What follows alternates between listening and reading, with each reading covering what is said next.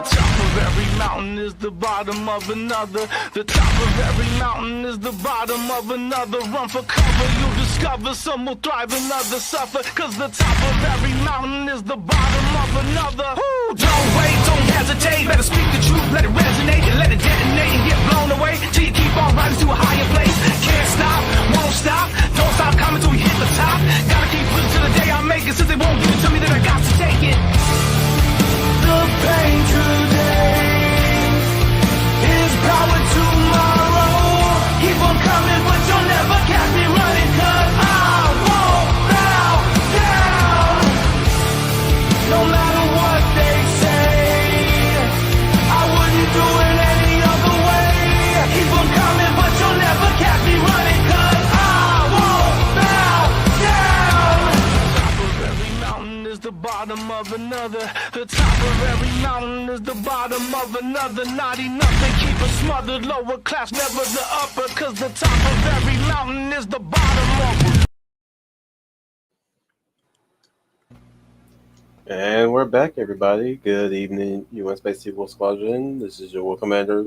Tonight we are selling the communications four-parter with our audio communications. Yes, that's right. The real Millennials have finally concluded this trend of talking visually and finally audioing communication. I'm here with the architect of this mad scheme, the Hound of the South, Dominic Powell. Good evening, morning, or afternoon, everyone. This is the Hound of the South, Powell, and welcome to part 4 of our communications quadrilogy. Here with us is the ever so excellent, eloquent, and very articulate, the lovely Leia Bauer, Leia plus size. Good evening, everyone. This is Leia Plus Size, your lovely Lady of Valor. I hope everybody had a good week today, and welcome to our conflab about the final communication. So I hope you enjoyed the show, and rest in peace, Gene Hackman. We're going to begin to that next week. Okay, I just thought I'd throw it in there, but that's all I'll say on it. We have the humblest of writers, Humble Marty. Hello, I am Humble Marty, and I rate things. We have also the Snarky Darky Stranger Danger, the Sixth Ranger, Dark Stranger. Get the fuck off my damn sketchpad, Spider. I thought he made that fun fun of it. Crawl over my damn sketchpad. I'm trying to get him off. I'm like, can you get off my damn sketchpad, boy? My minions listen and do well. Nothing. Hello. Thank you for having me again. Last but not least, we have the excellent, the magnanimous, the luxurious, the warrior of light, Final Fantasy Fan 12. Greetings to viewers and my fellow Final Fantasy fans. This is Final Fantasy Fan 12, and welcome back to another live stream of the UN Spacey War Squadron. And today, we are back with another episode of The Real Millennials, this time on the finale of the communication stream, talking about audio communication. Finale. Nice. Lead us off, Dominic. Well, as the name implies, audio communication is the transmission of information through sound. And, well, they range from television and audiobooks to movie soundtracks and, well, music. Yep. It originated in the form of the the telegraph way back in the days. Is that right? Correct.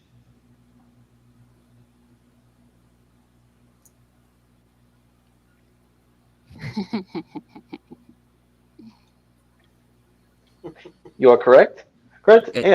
But interestingly, with the telegraph, yeah, it helped pay the way for telephones, cell phones, and everything else in between.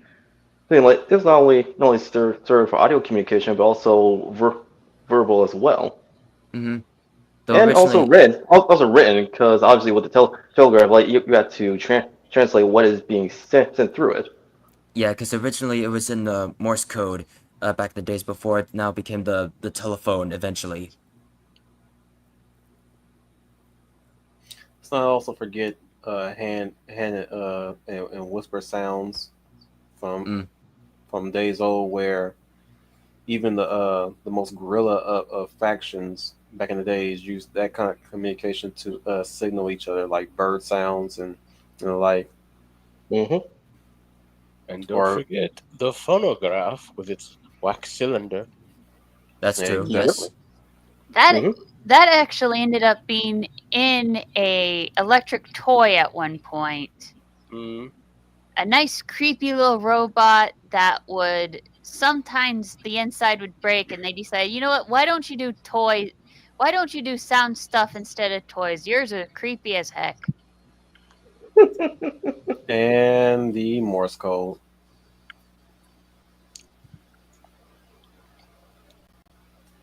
Beep Wait, beep that beep don't beep count. beep beep beep beep beep beep No, beep it does beep count. It beep. does count. I lost your wife. No, I know motherfucker, it's wait. That's Oh, radar. Fuck. That's radar. That's radar and sonar. Wait, no, that is Morse code. yeah, it was. It depends on how the sound is. Sometimes they get the It, sounds it all is kind the of Morse funky. code noise used in Looney Tunes.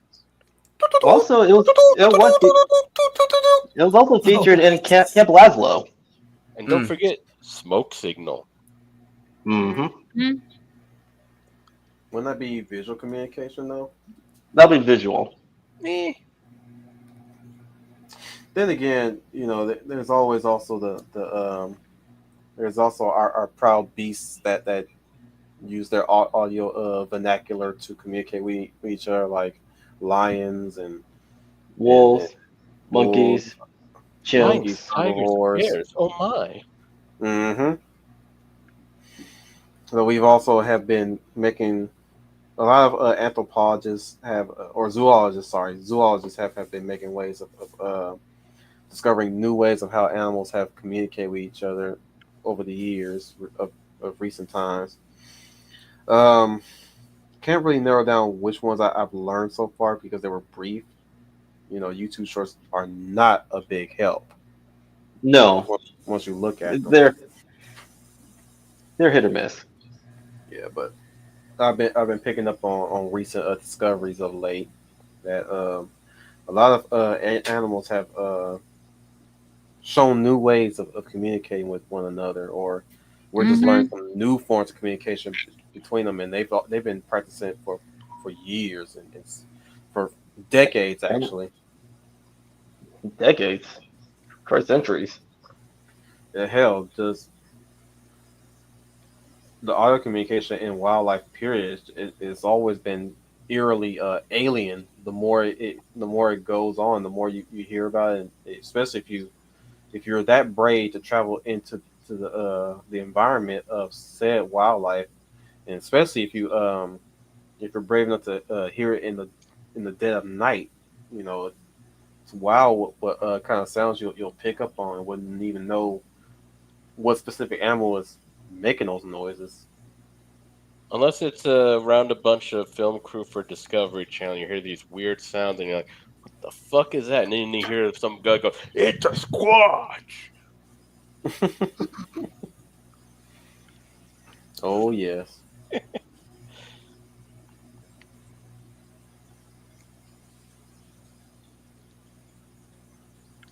But then there's also the audio communication in, of course, media, from video games to cartoons to movies themselves, and eh, audio communication Motion can also com, be.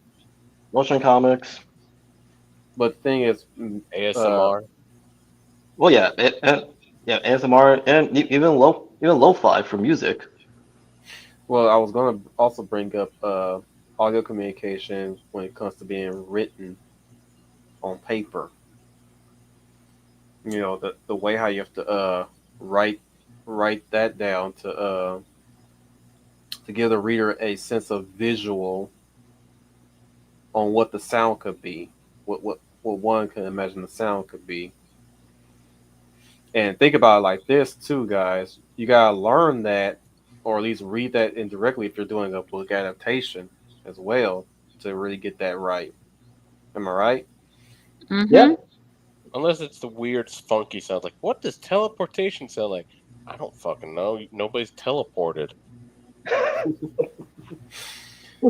I mean, I mean, shoot. Think about Doom, for example. Think about that. Like the many times that it's been adapted, and there's absolutely no way we're gonna actually have a concrete excuse me, a concrete knowledge of what the sounds will be like if we were in the world of Dune itself. You just have to try to visually communicate it right on screen through sound design itself. I mean, I hate to bring up the news Doom, for example. I mean, they really nailed some of the sounds in that movie, in both of those mhm, movies, in fact. including that of the sandworms. My favorite part is the sound that mixes they had to do to make the animal noises in movies.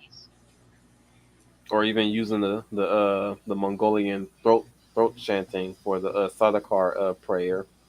Hmm. I mean, that was very alien, of course. I mean, we know where it's from. Most of us did. Most of us learned that. But just to hear that, it really conveyed the mixing of races over time. Hmm. And Really also, conveyed that and also very cultural exchange. yeah, that it really nailed that amorphous cultural diversity. In fact, where there was just these very human yet alien worlds that took pieces of each culture and just melt mesh it all together, and it became a brand new thing.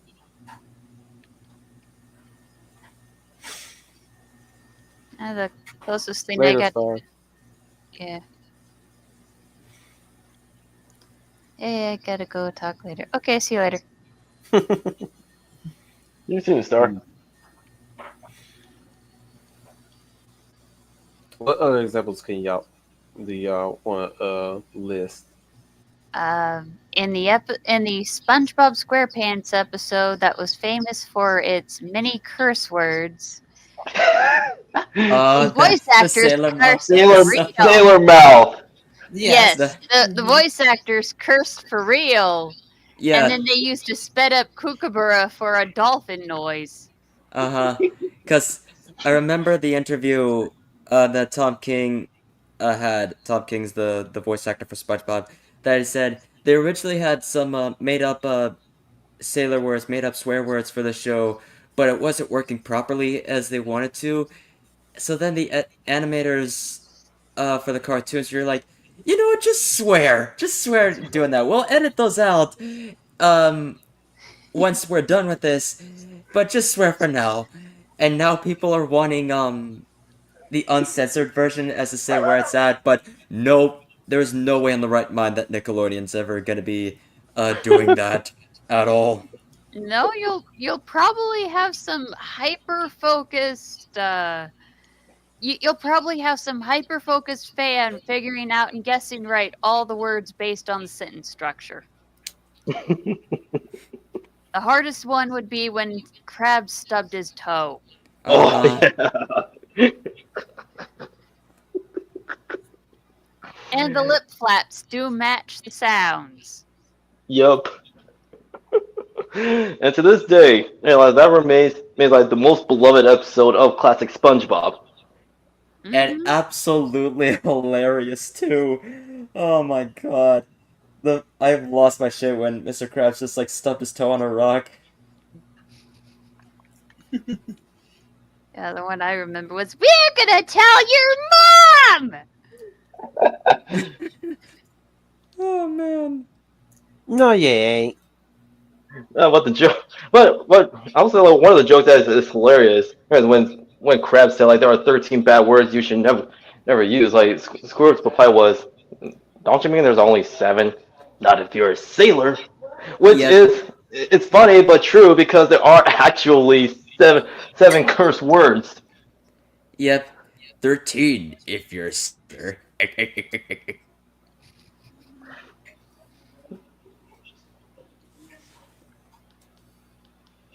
What about you, Leia? Well, first, I'm a little lost here. What exactly are we talking about? Are we talking about how special effects and sounds are made or used? Clarify exactly what exactly are we talking about? Because I'm sitting here in my mind Sound while you guys are talking. effects, real life. Real life sound effects. Well, I have to think a little bit. Well, I'll say this from the top of my head. When I watched the documentary about or I have my copy of the documentary about the original Star Wars trilogy, the guy that did the sound effects for the film and all the different effects he used to for like R2 and particularly for the lightsaber. I always wondered where that sound came from for the lightsaber because it's unique to itself. When you hear that, that sound, specifically it's to the lightsabers. And this is back at a time when people were very creative in their work. And I always wondered, how did he do that? And it to this day, when you even the sound of the lightsaber when it comes out of the sheath, when they're getting ready to fight, and then the sound it's used when the Jedi Knight is using the lightsaber. And I forgot the name of the special effects guy. I think his last name is Burke. But I like what he did to bring that sound to life. That's a good example of verisimilitude when you're taking something that is fantasy or sci-fi, but you have to make it real. And it's Ben Burt. oh, That's the guy. that's the guy. Thanks, Final. I knew it was something Ben Burt, Ben Burke, one of the two. Yeah, So Buddy Smith pointed that out in that. Thanks, whoever. Thank you. So that is the first thing. Thanks, Buddy Smith. That is the first thing that. And let me know. I think I know it won for special effects. I think sound also got an Oscar. Yes, Buddy Smith. I absolutely agree. And their sounds unique to them. When you hear that sound, it's Star Wars. It's a Jedi getting it's Luke or Vader or Obi-Wan getting ready to use the lightsaber. So And yet he also used a scuba tank in order to provide the sound for Darth Vader's breathing.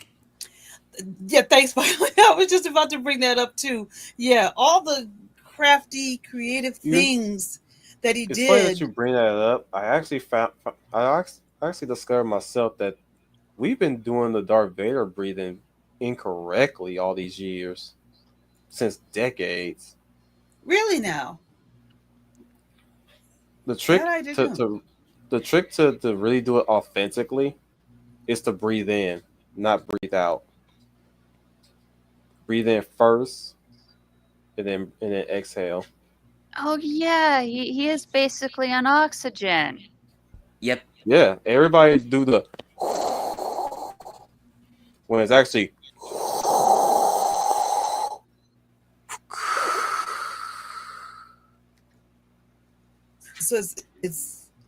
So it's breathe in, breathe out.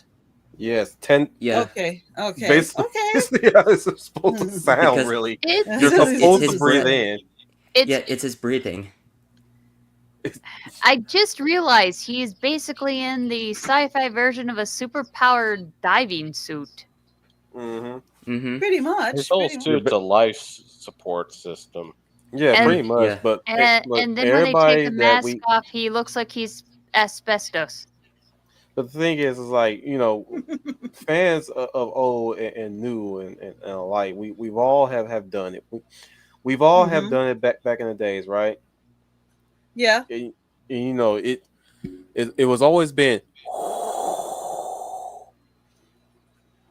but never. But to me, that never ever sat right with me the way how it sounded.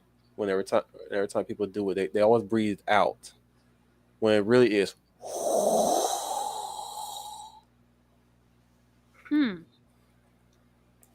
You're basically dramatically breathing in.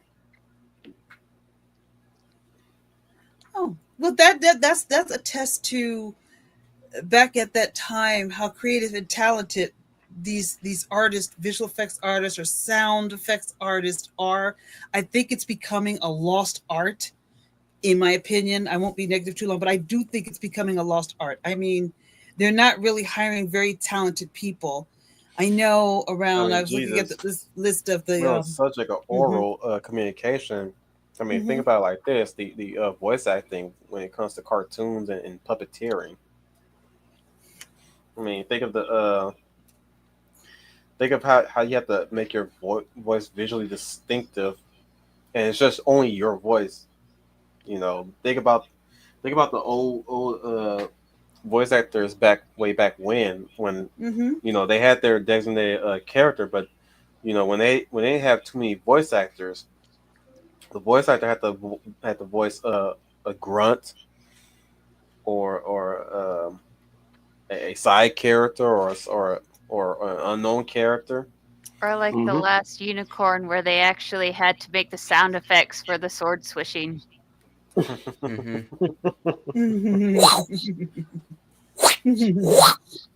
Or whipping sounds. Some whip sounds were mouth breathing sounds.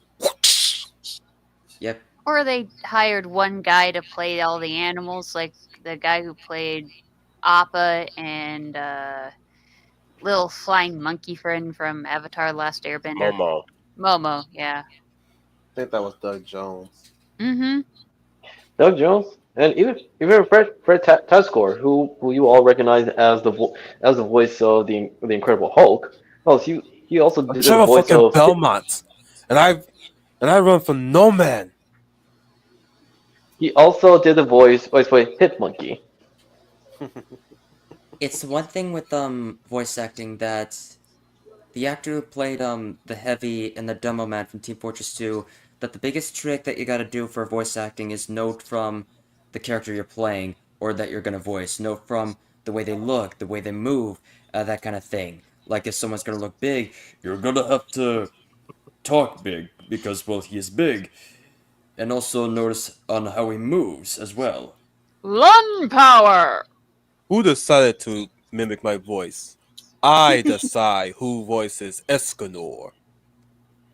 But in terms of like the additionally he also said some of the characters' traits like the demo man who is an alcoholic, he drinks whiskey a lot, he's a drunk Scotsman, that he would not be recommend that like as inspiration to for the character, maybe, but definitely not be using that as a writing tool. Edgar Allan Poe. I like Frank Welker Or because he always make those weird animal noise. yeah, and well, to this day, like he's been doing a great job of continuing where his where his previous coworker of Scooby Doo Where Are You left off. Well, Scott Masick, may he rest in peace, and he's been the voice of not just Fred but Scooby for a long time. Yeah, right quick though, since Leia brought up, how not talented people are, and talked about Vader a bit and how it suits a life system. You know, the only funny thing the creators quotation marks could do, and this is up their alley since they like focusing on the most obscure and irrelevant thing. It's a whole life suit. Where's his colostomy bag? Because Oh, you It's know, in his chest. ooh, It's Ew. the control panel that's on his abdomen. no, Yes. no, that's a control panel. I'm talking No, about the that's the truth. Yeah, colostomy bag. That's He's where all the asking where is his piss go. fluids, his fluids go. Oh, his Yeah, piss, that's what he's saying. yeah, okay. the the junkie universal stuff. 'Cause that all mystery. burned up. It's basically stored in the chest, is Yeah. basically it. Stranger X, the universal question of all Star Wars fans all of these years. Where It's is the either that colostomy bag? or the guy's had a tailpipe up his nose that goes all the way down to the of the areas. Yeah, because I think there was a picture of that explained all the machinations of Darth Vader's damaged body from how his suit works. Oh, I didn't know that. I just took a guess from family members I visited in the hospital. Oof. Look up Charles Martinet as Arnie the dinosaur in film 9. Months, he's hilarious as Barney knockoff who gets mad. I bet. The only Barney knockoff I knew was the one that was done by In the Animaniacs? Animaniacs. Yes. Yes. I'm a fun diddle dum. Or Jeff the Smoochie. Now, if you want to Speaking of, talk, I don't recall him pressing those buttons. Yeah, I don't think those buttons are meant to be pressed though, because I don't yeah, think they no, were. To be fair, Because I think it lots was of just stuff. a monitor on his abdomen. Yeah, safety wise, a lot of stuff has buttons and sci-fi stuff on it to make it look sci-fi. Yeah, yeah, but Star Wars is a science fantasy, not straight sci-fi. yeah. True. so you gotta have a little imagination with it. Yeah, And it's So also that's kind how of a I funny take it. thing, cause sorry to interrupt, Go because ahead. the lights were not there on the panel on his chest and his or on his abdomen in A New Hope. That wasn't added until Empire Strikes Back and Return of the Jedi. And I Maybe it think, was added on to show the progression of time.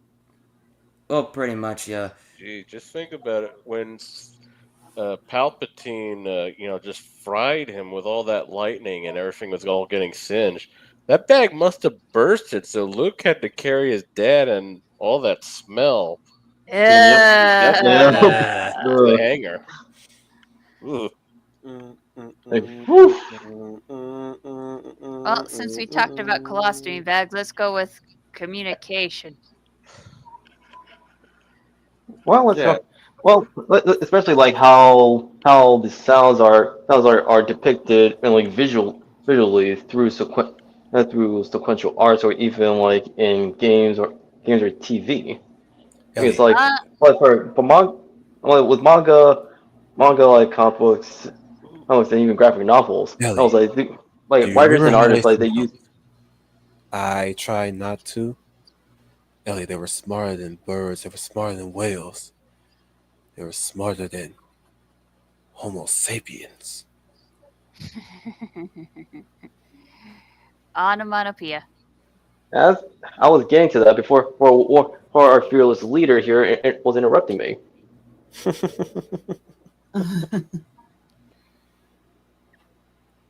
But yes, it's through the use of automatopoeia where these desperate sounds are visually brought to life. It's also kind of another thing too. Now that you brought up manga, there's another thing I like to bring up with audio communication, and this has been the problem with anime in particular. And I say it's a problem in this one, especially when it comes to localizing from a Japanese game. That a a good localization, a perfect localization takes a lot of time, but there's no such thing as a perfect localization because here's the thing. The way how the language works, as say if you're translating something from Japanese to an English language, it's not going to be a one-to-one because after all, languages work differently in how they structure their sentences. And so then,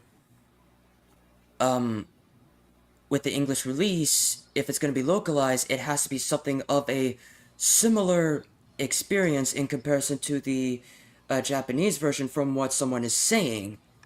However, someone would say a localization of just saying, "I just do whatever you want." That's how we got the messy script of the English version. That is Final Fantasy XIV's English script, which a lot of it may sound cool, but all the thous and vines, the the Shakespearean language that they try adding in there was never in the Japanese version of the game because Koji, who is the English translator for Final Fantasy XIV, only did this just to make it sound like it's cool when the Japanese version is saying the complete opposite of what it's trying to say. Okay, that's messy. It is. I And concur. it's really such a shame because of how much Final Fantasy XIV is such an amazing game, though. We'd have never guessed. It's also another reason why you do not stick politics into stuff. Among other things. And lately, and it will be brief. That Japan is cracking down hard on that. Mm-hmm. Well, Yeah, I mean, most of those things is like a creator's baby, and right now it's their. Well, I guess you can't really use the tourism much since they had to ban a lot of tourists thanks to live streamers like Johnny Somali. And Mm-hmm. Jake Paul. Yeah, Jake Yep. Paul. How he got out of that? Well, I'm surprised he got slapped on the wrist with that. But that other guy, I mean, granted, he deserved it as well. But gee, I'd have dragged Paul's ass to Um, back to the country. I they would too. they basically did a quieter version of banning him from the country. It's kind of like saying, yeah, you're not banned, but you're not welcome anywhere. Johnny, on the other hand, is now having live streamers beat him up for clicks. Mm, Mm-hmm. Yeah, and that Uh, audio, I and I that stopped. example of audio communication was loud and clear, Yeah, and I it stopped hit him in the paying. butt hard thanks to I karma. I stopped paying attention after a while because it was like this guy will keep digging his own grave for money. And also another thing for localization is now talking about the anime front, when something gets translated, that noted that I said earlier that the way the structuring of the Japanese to English is completely different. When it comes to anime dubs, actually they do the English, the Japanese voice work of the local country would do this first, so they would do the voice work of in Japan first and then do the animation later. When it comes to dubbing it in another language, the process of doing that is backwards. So they would already have the monitor of the anime right in front and dub over the voice. However, they would change a few words in the script of what the characters are saying in order to lip sync the characters are playing. Which, yes, would sound very awkward. Hmm. It did, on the bright side, it did get us the jelly donut joke. On Mm-hmm. the sad part, they decided to try and stick Gamergate into everything. It's like, Ugh, dude, you and have a prison. bunch of normies. Yeah, you have a bunch of normies watching a TV show, and then you Y- screen something that no one really thinks about. They would think it was some Japanese game show. Yeah, and the person who did that in the anime adaptation of Prison School was Jamie Markey, and with her like and other prominent voice actors who people used to like and respect. In fact, well, they were burning a lot of bridges. Well, considering after the Vic Mignogna fiasco, yeah, a lot of things got unmasked. Yeah, especially yeah, and essentially it just caused people to lose their trust in them and realize essentially they've been played because yeah, Vic he was accused of everything that these guys were doing behind the scenes, and they want to pin it on him. And lost his court case, and then they had to pay pay the lawyer who was nickel and diming the prosec who was nickeling and diming the opponents, so to speak. And And then the lawyers also had their own drama behind the scenes, but that didn't appear until much later.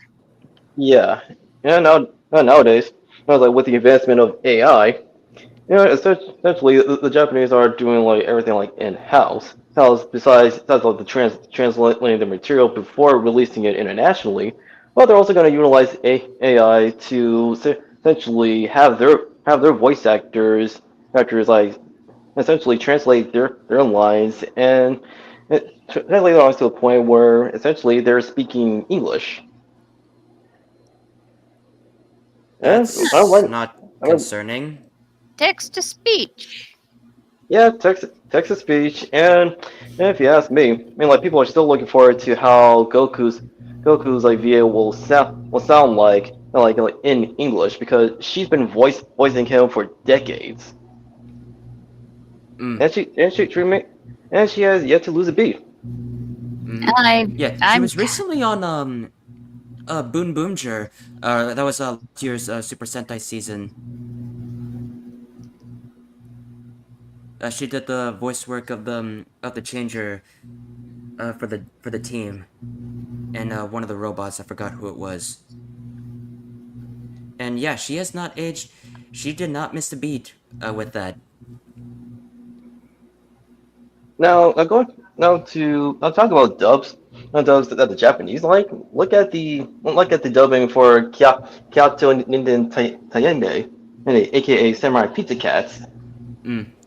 Yeah, the Which Jap. Neostar pointed that out in the chat, which is actually getting a new game. Oh Yeah, yeah, and yeah, it looks and like it's people. doing pretty good.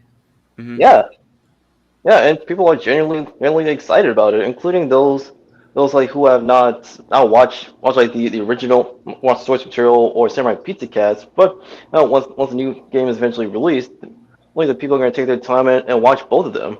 Hmm. The Cowboy the Cowboy Bebop English dub is also really amazing as well, and I think they've also been saying this with a lot of the Studio Ghibli films. This just goes to show like there are cases where the dub like turns out to not only like match the performances like of their Japanese counterparts, but objectively they succeed them and makes it better than the original Japanese with English subtitles. You always find it funny that most of the shows always have cicadas, Hmm. Yeah. like a lot, even if it's probably not in within certain regions that the show is taking place in. To And provide for, tone, mood, and atmosphere. and for most of you wees who probably don't know what I'm talking about, the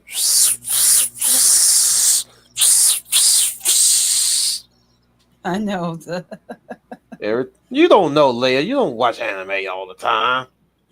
I don't watch anime, but I thought you were talking about the sound of a cicada.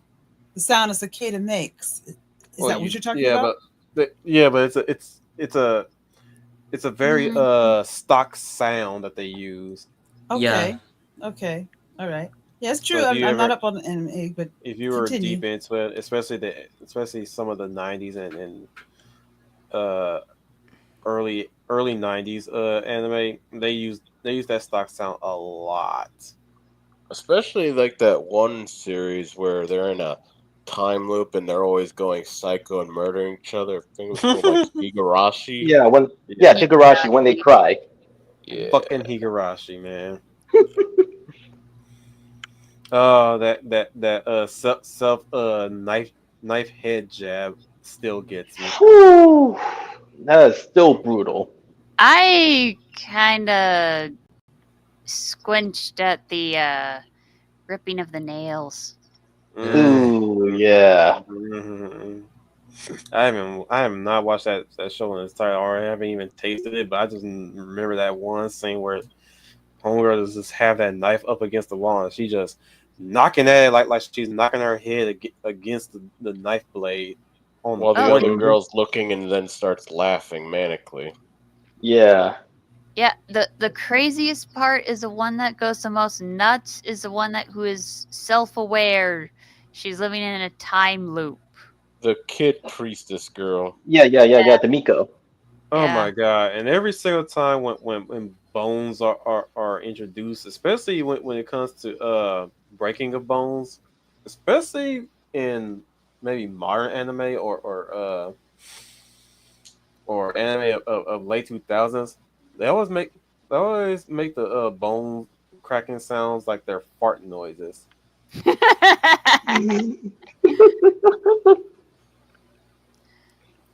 And oh my god, I'm not even gonna dip that deep into it, but there's a certain female organ as well when being inserted upon makes a certain fart noise too. Oh, I do not know why the Japanese think that organ sounds like that, or maybe that's just their go-to sound effect to simulate insertion. But Jesus Christ, man, I'm like, that must be a cultural thing. Yeah. I mean, the organ does make popping sounds too sometimes, but I'm just speaking from experience, not to, you know, get that deep into it, you know. But yeah, that sound always puts me off. Just saying. Yeah, Just saying. the noise I found fun was the I like the gag noises. Yeah, they Or are or in the hilarious. case of professional wrestling, when every time they slap each other, they always make a clap sound.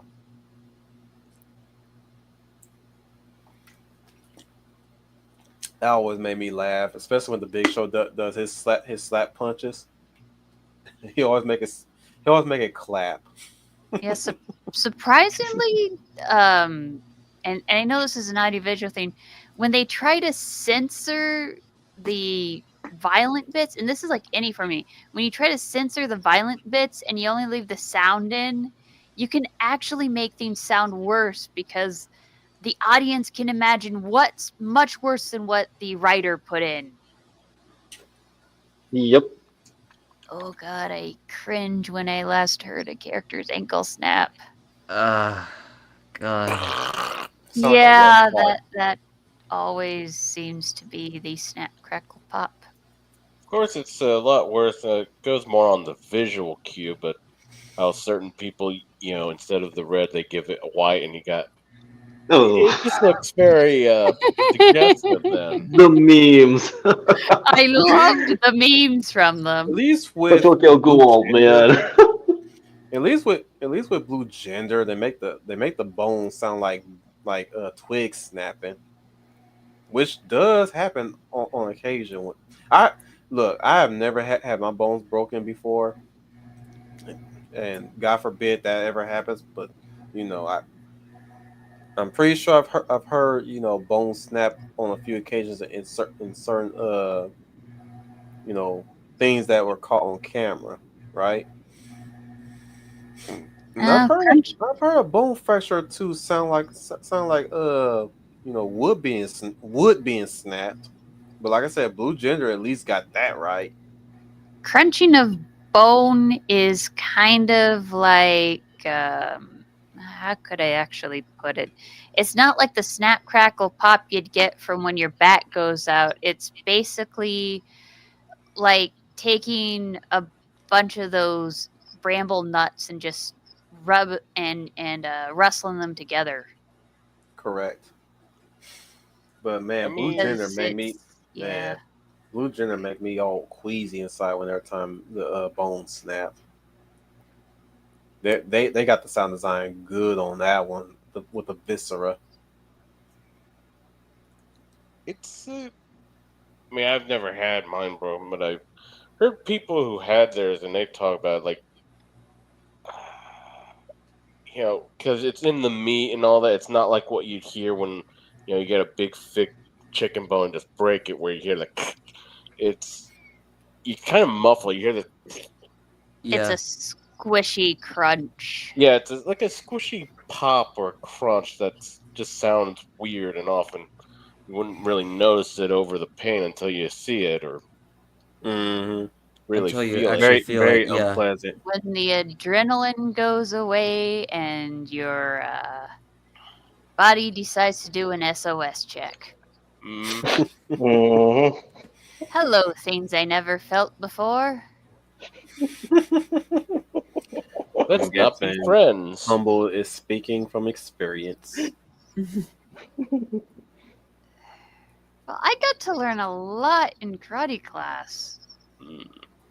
It's like soon as somebody kicked you in the wrong spot and you felt bone crack. Hello, darkness, my old friend.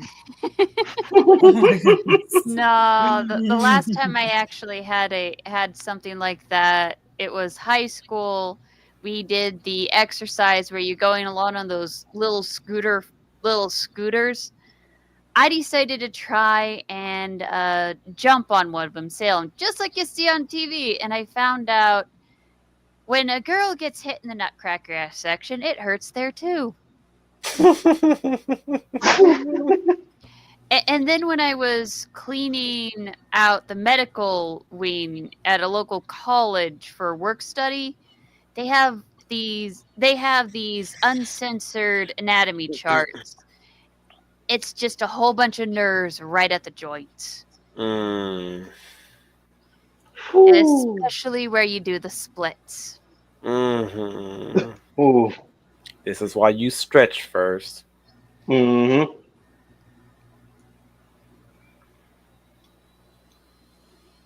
Let that be a reminder to everybody. Stretch first. Don't forget to stretch, or your body will consider its own audio communications too. Yeah, that was actually mentioned in one of the chapters of the manga series. How heavy are the dumbbells you lift? Mm-hmm. And it was, and I gotta tell you, yeah, not only is it a solid, like sports manga, but also educational. Yeah, I ended up learning a lot of stuff also from reading like Plus Sized Elf. Oh yeah. An entire comedy routine with yoga poses. Yeah, and it's a alert. Plus size elf, even though well the manga over in Japan, like the first one finished, but its sequel, second serving is still ongoing. Mm-hmm. Three Stooges sound effects, especially the slaps. Oh Well, you yeah. can't go wrong with those.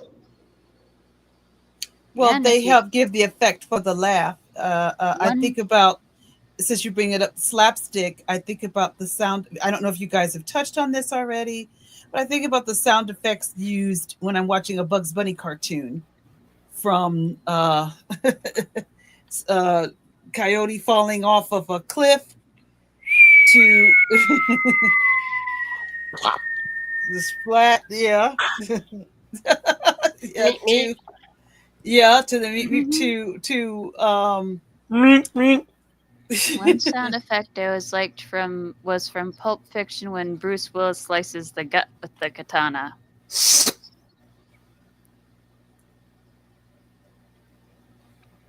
Okay, that's a good one. Nutchucks always have weird sound effects. And when Yosemite Yeah. Sam is being Yosemite Sam is being a piano falls on him and he slides down, the side effect they make when he slides down the stairs, or those little things like that, or he gets hit or something and the armor comes off. All those little, it's just a sound that they make when he does the slide down the stairs or down something, when he's been hit by a piano falls on him, or a house falls on him, or Bugs jumps an anvil on his head. The effects add to, it's funny how the effects make add to the laughter and makes the scene funnier. And also, Including the they also include emphasize the action that excuse me. They also those sound effects like help emphasize the actions that are taking place. Continue what you're Yes. saying, humble. Oh yeah, I was just remembering the Bugs Bunny cartoon with the opera singer. And he came as the famous conductor. Yes. That Especially with very that high classic. note. Yeah. The opera singer had to hold the like Bugs tortures him to death with that. You know, you gotta give that man props for being able to hold it that long and bring the house down with that. Yes, literally brought the house down with it. Yes. I mean, that was a challenge to his career, and Mhm. Bugs put him to the test, and the man passed with flying colors. Yeah. His See, reward, getting knocked out. yes. But Also, you know what? I'm gonna tell you right now. Bugs lost that episode. He was the sore loser, vindictive sore loser at that. Yeah, I kind of feel that way too. Every time I've watched it over and over for so many years, and I go, same here. Bugs, I think you lost this one. Not Bugs, as you're the vindictive big as when you loser. tried to outrace a turtle. Yep. I mean, I've always said in the last stream when we talked about cartoons and the like. I thought Funny there was animal. always. Where the turtle cheated. You think so? You think Yeah, the didn't turtle? in one version of the episode he's got like some mechanical rocket shit in his shell, and then in another, I think, if I recall right, he had like his twin or something at the finish line Yeah, and make it look yeah. like. I Yeah. think that was like the modern one, the modern tortoise versus the hair Bugs Bunny and Cecil tortoise. Hmm. And the one time Cecil didn't cheat, Bugs Bunny was going to cheat, and a bunch of his racing fans were there Well, to mug him. He got no, mugged by the mafia. slight correction. Slight correction. It wasn't really a mugging. It was an unplanned jumping. Like people, like the bunny community. as I'm saying that, but it was literally a bunch of rabbits that The were Fluffies. dead set. The Fluffies. Yeah, but they were dead set on Bugs winning the match, that they were willing to interfere with it as best they can, and Bugs having to do his own, to do the interview with Cecil to get some research and find ways to win. Him dressing up as a turtle really sabotaged that unplanned thing, which was hilarious in itself. He didn't even pay the guys to do that. They decided to do that on their own to make sure he win. Just a bunch of crazed fans of Bugs, but not necessarily a fan of Bugs per se. Just them helping out their fellow bunny. Yeah. That was hilarious in itself. Backfiring solidarity. Hmm. Pretty Well, much. since well, first up, yeah, you start, yeah. I mean, you still have time to finish like plus size L via the manga or the anime, but well, that's beside the point. But since we're in the topic of, excuse me, since we're in the topic of Looney Tunes, it was like we cannot forget to mention the myth, the legend, Mel Blanc, the man of 1,000 voices. Yep. Absolutely. Yes, absolutely. Yeah, Like there he was helped No. him and others. They were able to establish the standards of voice acting.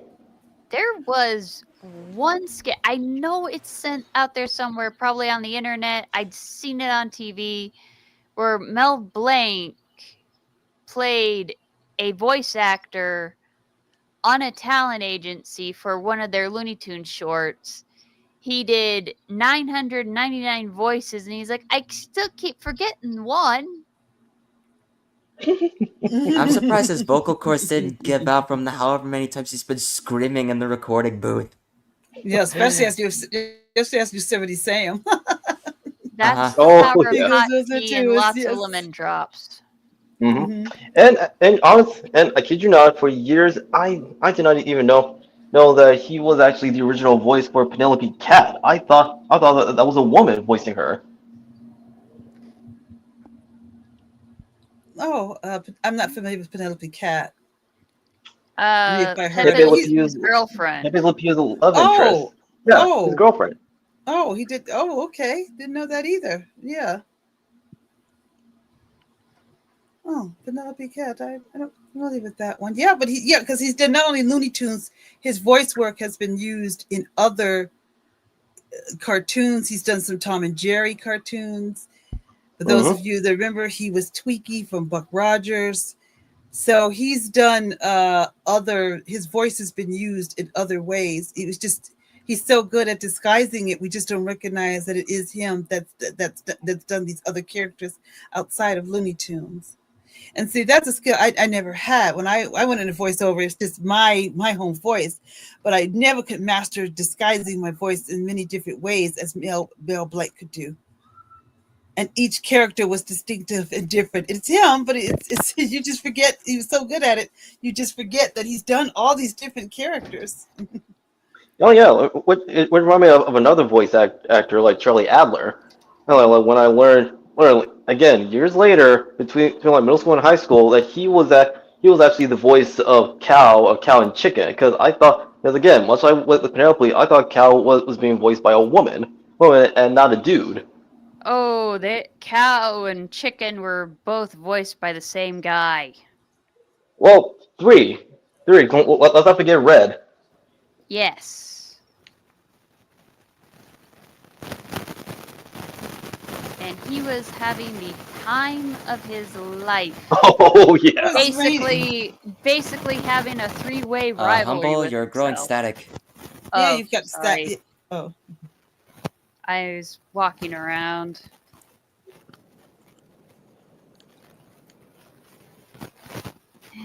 Better? Yes. Well, kind of better. No, that's true. Yeah, you're not wrong, buddy. Oh, that's true. Yeah, I think I read something about that, Buddy Smith. You're absolutely correct. Uh-huh. Oh yes, I remember Neil Star. Yes. Now, for me, I will admit this, and maybe too much, but when I was growing up and I was getting voice work, I was very heavily influenced by Disney. I loved the voice actors they use, of course, for their animated motion pictures, their Disney princess characters, or the villainesses they used. I loved the voice work that they did in those films, and that was a big influence on me. I have to confess that. And what else can I say? And what for a voiceover actor in a Disney film, it's not it's distinctive, but it's not like on the level. What they look for is not on the level of Mel Blanc, meaning he doesn't have the talent, but they you don't have to, if you can, rotate your voice around. They typically like to look for a distinctive voice to match the character. Example: the actress who voiced Snow White, the original animated Snow White. That voice is so distinctive. It's the first sound you hear when you think of the character. When you're speaking like Snow White, that's the first sound that you hear when you think of, oh, it's Or little we, men in little chairs in the cabin in the woods. Especially from the especially way when she you, sings especially too. if The you read dwarves. that, or even when you're reading the original story. Oh, Well, yeah. somewhat. She also has a very distinct sound from when she's singing. It's very Yes. specific when you notice how she sings. Yes, her voice is very specific to that character. So if you're even playing that character, I've done it a few times. When you're reading it, the voice, you just start slipping into the voice, and before you know it, that you've done it. You start sleeping it. You just start slipping into it. Oh, it's a cabin with little men. Look at these little chairs. I bet they're hungry. Oh, let's feed them anyway. I'm sorry, but you just start going into it because her voice is her voice was so Distinct. distinctive. Yeah. Yes. Oh yeah. So when And, you you know, hear her voice is what you hear. oh Every yeah. time you hear it or see it, the actress that did it, and her singing voice as well when she sang. So that seems to be a tradition that they always have, is who's going to voice a specific character when they're specific characters. And I was heavily influenced by that. Not exactly the stories of Snow White, but just the way they The thing, searched for the voice to bring the princess character to life, or any other character that might be. For instance, her name slips my mind. The woman who voiced Maleficent, I believe, also voiced the wicked stepmother.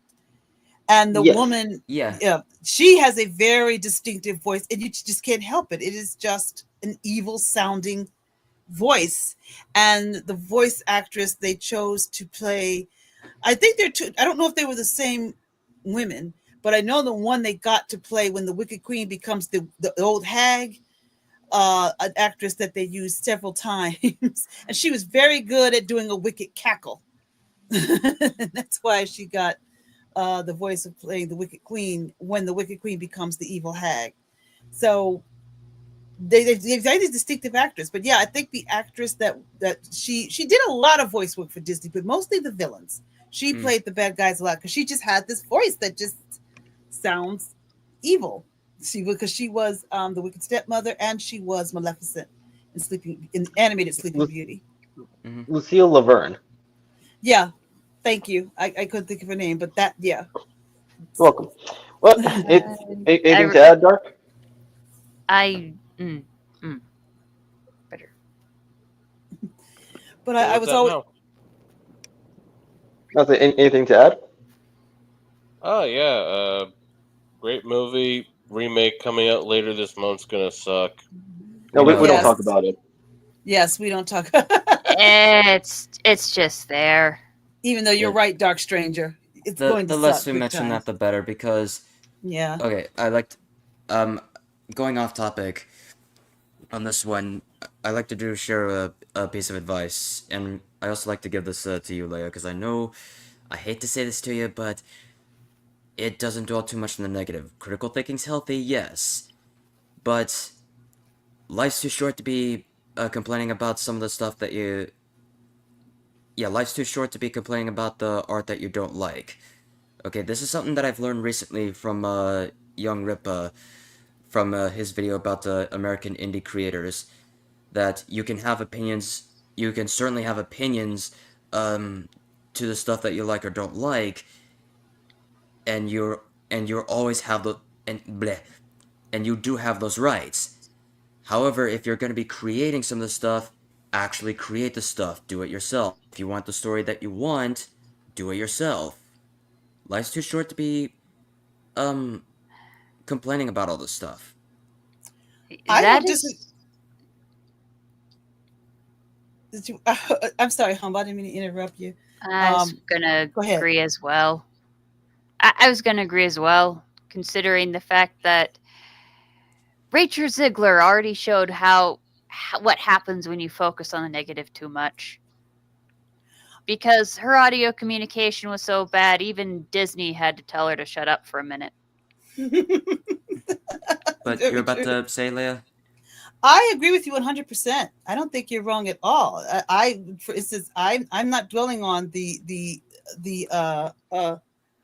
the blasphemy that would be the new Snow White movie at all. I'm not focusing on that one bit. I'm mostly focusing on the classic one because Yeah. that is the best one. And I think maybe it's a little harder for me at first, Final, because of my generation, and we're probably a little bit more stickly, if I may say, because we're basically watching, a lot of our arts and stories that we love being destroyed. It's kind of like, and I'm not trivializing this, it's kind of like people that watch their homes burn down in the LA fires. You're just standing there. There's really nothing much you can do.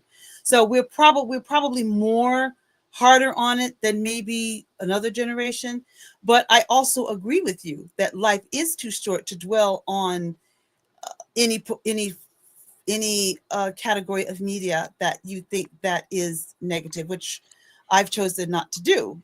So I've Yeah. chosen what you And that's said. coming from someone who is now 21 years old, actually going to be 22 years old, which is now going to be holy shit next month because it's already March 1st now by the time of this stream. You're a young man now. Now you yes, he is a young man. Go forth in the world now. He is worthy. He's now Oh yeah. 22. In the next Yes. month. But yeah. Mhm. But like me, I'm already taking notes on a lot of the media that I like because if I want to be a storyteller, I would just take notes on some of the stuff I like. Right now I'm taking notes on what is it that I like Final Fantasy so much. And right now I'm already taking notes on Final Fantasy 2 right now, just at the beginning stage of that game. But then I also have a whole separate notebook on I have separate notebooks, like one that's going over the entire Bible, the whole thing, due to how much that has so much influence on storytelling, more than you realize. I have another notebook that's focused on some of the William Shakespeare's works, starting with the King series from Shakespeare, starting with King Lear. And I also have another notebook starting on about Disney, but also with Pixar and Studio Ghibli, because I got 6 of their films on Blu-ray, Studio Ghibli. Oh, You're going to be a busy man. Yeah, you're going to be a busy man. But like I said, my focus is, well, you agree. Like, I don't waste my time watching, viewing films I know are wasteless or reviews. I have really cut out some reviews on YouTube. I don't even Well, bother since to we're look getting at it back on reviews. track, I'm gonna swing it back to sound design. Go on. Sure. Name any iconic sound that you've heard, even of recent times, or rather, no, let me rephrase. Name any iconic sound that you've heard way back when. Wilhelm scream. Yes. Oh, Man, that dang it, one. Dang it, Marty. I was gonna bring that up. Is that the scream that's also been used in Star Wars? Yes, a Yes. lot. Yes, and Yeah, the Yes. that's the funny one. part is, if I remember the Yes. story right, the funny part is, it was part of a demo. The guy was like, "Here's how you scream," and he did it, and they use that soundbite everywhere now. Yeah, Yup. everyone knows that scream. Keep It's naming that them. iconic and also timeless. All right, so so you try to name another one. We already mentioned a lot of the stuff in Star Wars way earlier in the stream The dude that yells "my leg." from Oh SpongeBob. Yes, yeah. that's classic. Voiced by Plankton, the same voice actor for Plankton, nonetheless. Yeah. Keep Yeah, naming them. But and also, once upon a time, he was actually like he's now. Yeah, well, he is a full-time voice actor, but back then he was also an animator. Keep mhm, naming them. I'm talking about Naming back others. then. Back Way then. back then. the At the top of your head. oh yeah, Well, and then they had the guy that did SpongeBob also did the Tom Kenny. droid in the Godzilla cartoon. Mm. That's true. And and also all of the glitch effects.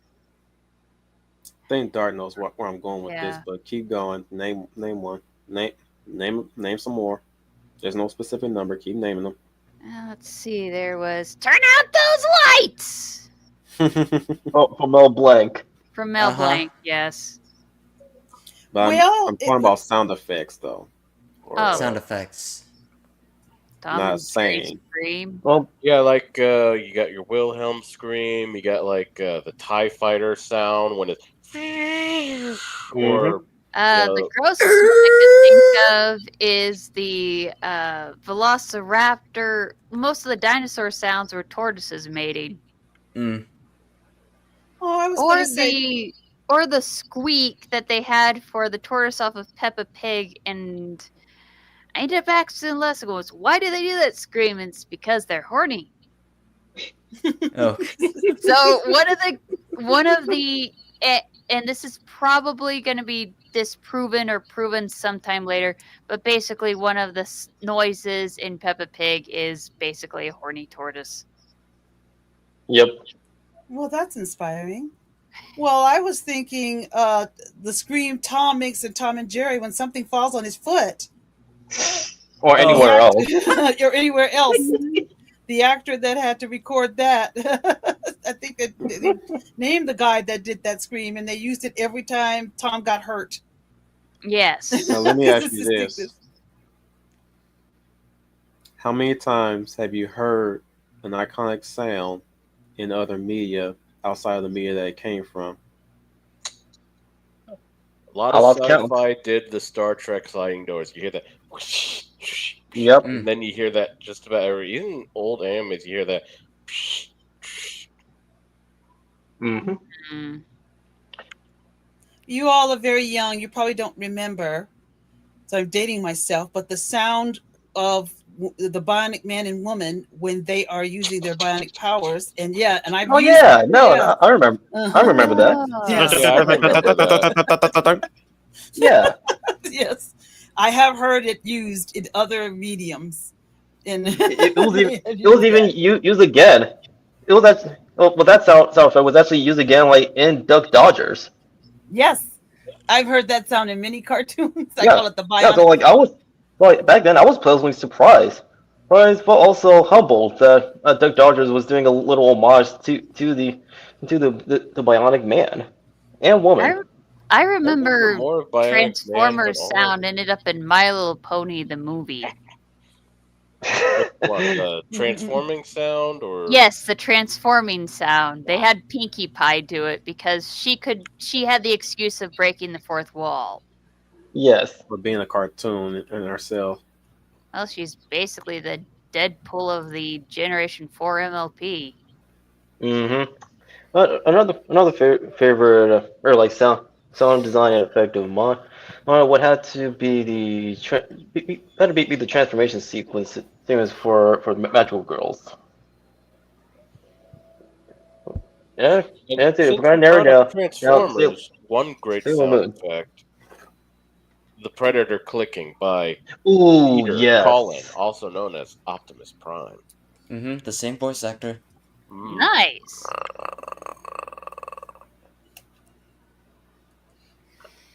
The voice is a powerful tool. I mean, look at Mike Patton of Faith No More and Mr. Bungle. He's pretty much like in the same league as Mel Blanc. The Mm-hmm. reason why I bring it up is the fact that they're so iconic that they use them outside of other mediums that they originated from. It's easy to pick up on them, and it's crazy how certain sounds are not even they're used, but it's like there's never no repercussions of using them. They be so iconic they can also double as stock sounds, like Godzilla's Mm. roar or the T Rex roar. You've heard the T Rex roar way back in the 90s a lot. That roar is Or very iconic. one classic one that was done way back, but you heard it a lot in other media like Looney Tunes, Disney, even some parodied versions of it. The Tarzan scream or Of roar. course. Wow. Yeah. Mm-hmm. Oh yeah, Guitar Sam. Oh. Actually, the guy who's saying that son actually did the Tarzan Phil yell. Collins. Yeah, Bill Yep. Collins. Yeah, I've heard that used many times in TV commercials and other movie shows, cartoons. That sound has been used. Yes. I've always liked Disney Tarzan's called a lot more. More preferable to that one because it's more of a it's got a rhythm to it, a harmonics to it. It does Yeah. it starts off with the powerful iconic sound, but it ends in a very singing type of thing. Like that movie could have been a musical on its own. And just try to imagine if Tarzan had his own song number. It really hinted at it really does give quite a hint to that it could have been a musical. But this was around the time when Disney was making not musicals and just hire licensed singers to sing the music for them. Which, yeah, like when you, even especially as you get older, you realize that the voice, whenever like the characters get into a musical numbers, like it's not the voice actors doing the singing. I think it's someone else. Or it's not even a singer to do the singing voice for the voice actors either. Or Yeah. they Now, yeah. go ahead, They Humble. actually yeah, that's what they did with a lot of cartoons. They basically say, let's have the scener be the voice actor. And sometimes it worked, which it did in Steven Universe a lot, but sometimes it didn't because two different kinds of emoting. Mm-hmm. Yeah. Well, now Adina Menzel is the voice of Elsa, and she does the singing voice of Elsa as well. Because she's worked on musicals before. Because she was Right. originally Elphaba in Wicked. Right. Mhm. So I don't have an issue with that because that's what they used to do. They used to hire Broadway performers to do their animated characters because the performers could do the voice and they could do the singing, and Disney animated films were like done in the style of Broadway. So that's what they used to do. Now it's according to who they hire.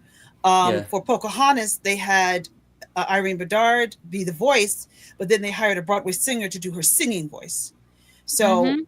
they've been mixing it mixes up lately. Sometimes one person will do the voice, and then sometimes I notice they'll split it up. They'll say, well, this one will speak for the character, and then this one will sing for the character to see Which if they did they also with match. Jessica Rabbit. I know one of their Yes, you're right. I Yeah, know that's for true.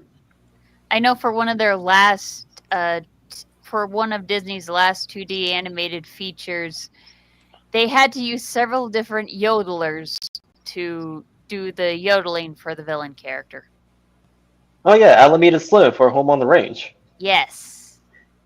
But I gotta granted, say, it wasn't. Again, Home on the Range like wasn't the only 2D animated film.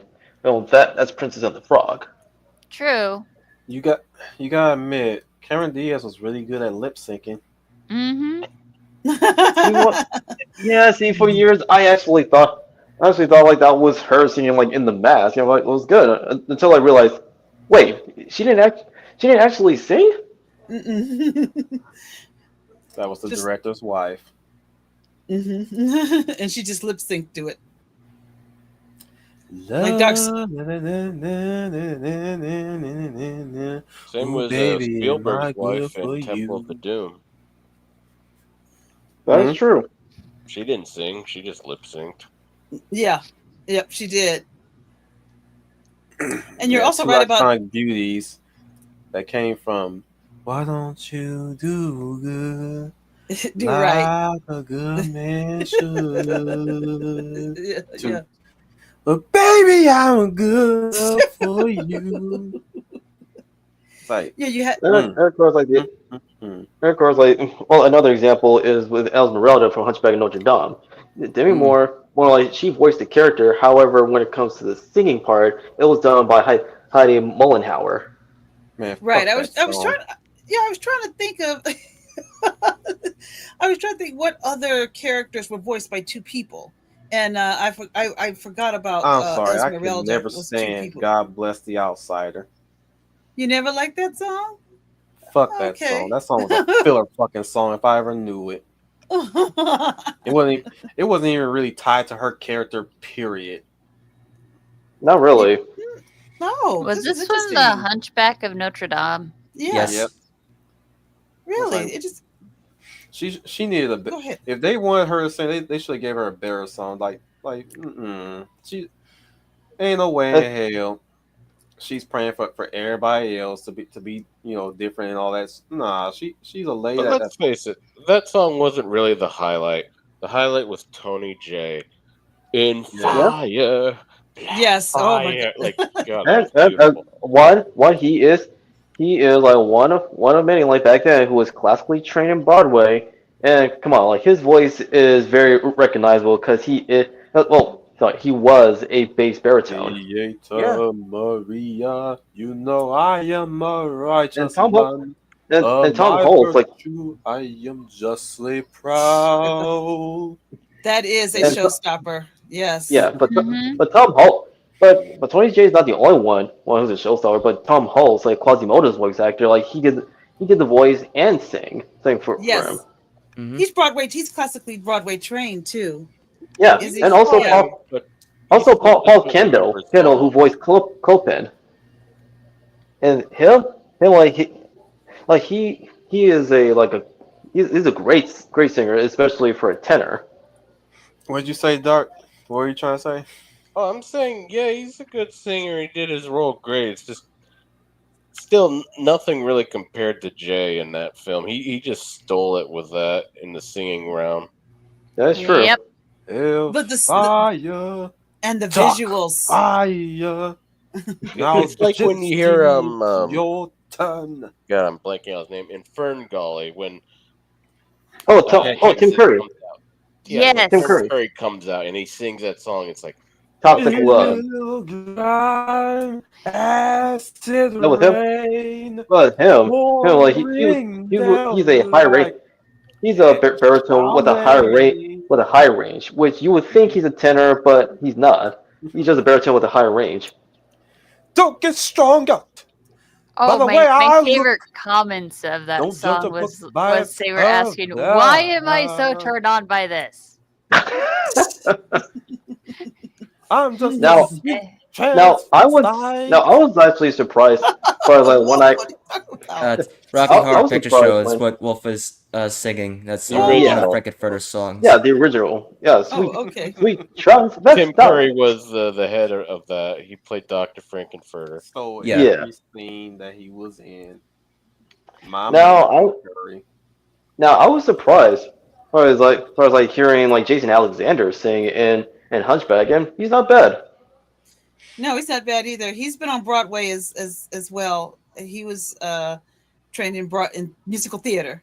I forgot. Yeah, he was trained in musical theater, so that's why his singing really wasn't. See, his singing and voice work wasn't that bad. I agree. Now I what can is see what's now what happening, is worth mentioning. and they don't have Mentioning a like with clue. voice acting, not only were these people like hired like through meritocracy to because they were best for the job. Also, they didn't have to match the race other characters they're playing. all three of the You have to actors they point that used for the out, don't you? gargoyles were great. The gargoyles, all three of them were great. I think they were one of the best part of the movie with the gargoyles. I The Yeah. agree. gargoyles through the knife, all three of Yeah, them. It Yeah, especially helps Hugo, that a Victor, lot of and the Laverne. it yeah. especially helps that a lot of the voice actors in Gargoyles did come from Star Trek TNG. A lot of them. Hmm. Fly, my darlings, fly. Oh, Mary Wickles. It took Yeah, me a long time to figure out that that was a female gargoyle. You wait, you didn't know? you know Nope, that. Oh, I could tell by nope. her voice. Yeah, Well, I just even thought as he a was a. kid, I thought she was a crotchety old man. what? Even as a kid, like I knew that was a woman. I guess I was so used to dudes doing a whole lot of feminine shit. It was just it just came to it just came in the territory of that with Are him we just imita her talking just imitating the gargoyles the hmm? cartoon or No, the the three gargoyles from Hunchback of Notre Dame, the Disney version. yeah. one That's of what I was them gonna was a tell. Final. girl? Oh, I was Yeah. confused on the show Gargoyles. Never mind. No, no. We did He was a woman. the three gargoyles from Hunchback Mm, that come to life, and I was saying how I enjoyed all three of their performances in the okay. film. They were great, and all of them were Broadway. They Broadway trained, or they started off on Broadway, but their voices and their Yeah, performances were great. they're all pretty good. And the only thing I remembered was pour the wine and cut the cheese. Yeah, that would be Hugo. Hmm. Hugo, voiced by Jason Alexander, while Victor was voiced by Charles Kimbrough. Hmm. Yeah, So who is the crotchety old lady gargoyle? I Mary, but that would be Laverne, voiced by Mary Wickles, and unfortunately, it ended up being her final acting performance because she actually died at the age of 85 before the film was released, and Jane Withers provided Laverne's remaining dialogue for the film. Ouch. But you wouldn't honestly like, if you even if you know that fact, you wouldn't know the difference there is mm-mm. because yeah. No, it was a very seamless transition, and you would think that was still Wickles as Laverne. That's Yeah, pretty good. yep. It goes Yeah. back to what you were saying earlier. I think you said, and correct me if I'm wrong, talking about how you get very lucky when you get the right voice that matches well with their character. Yes. Yes, and also mentioned, like with the voice actors, like he or she like don't have to match like the race, political leanings, and Mm-mm. so on like with the characters.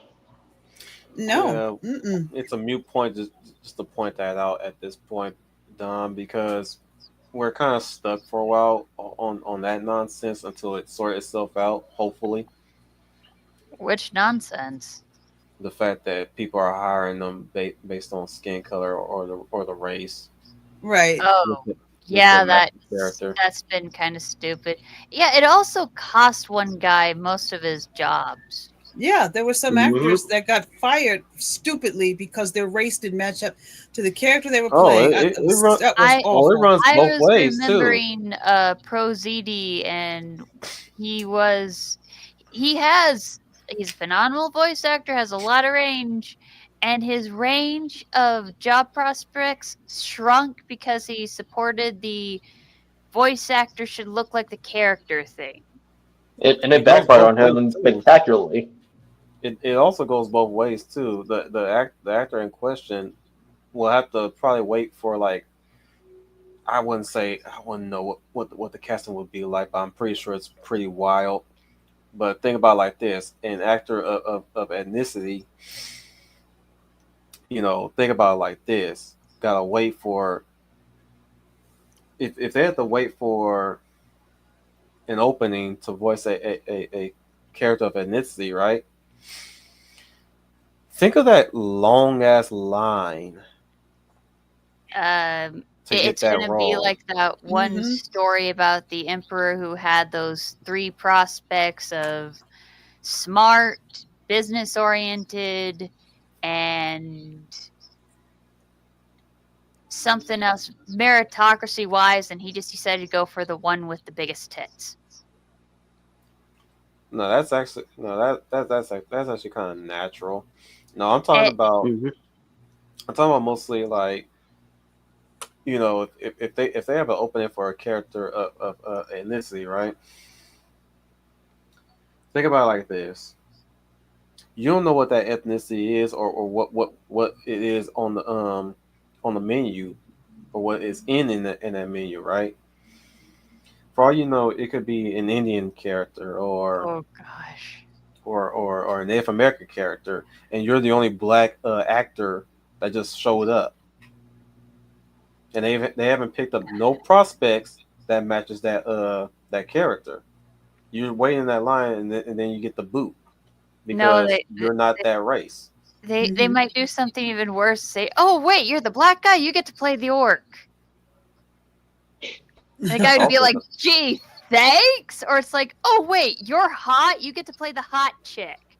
What about me? You're the fat friend because you're fat. but once again,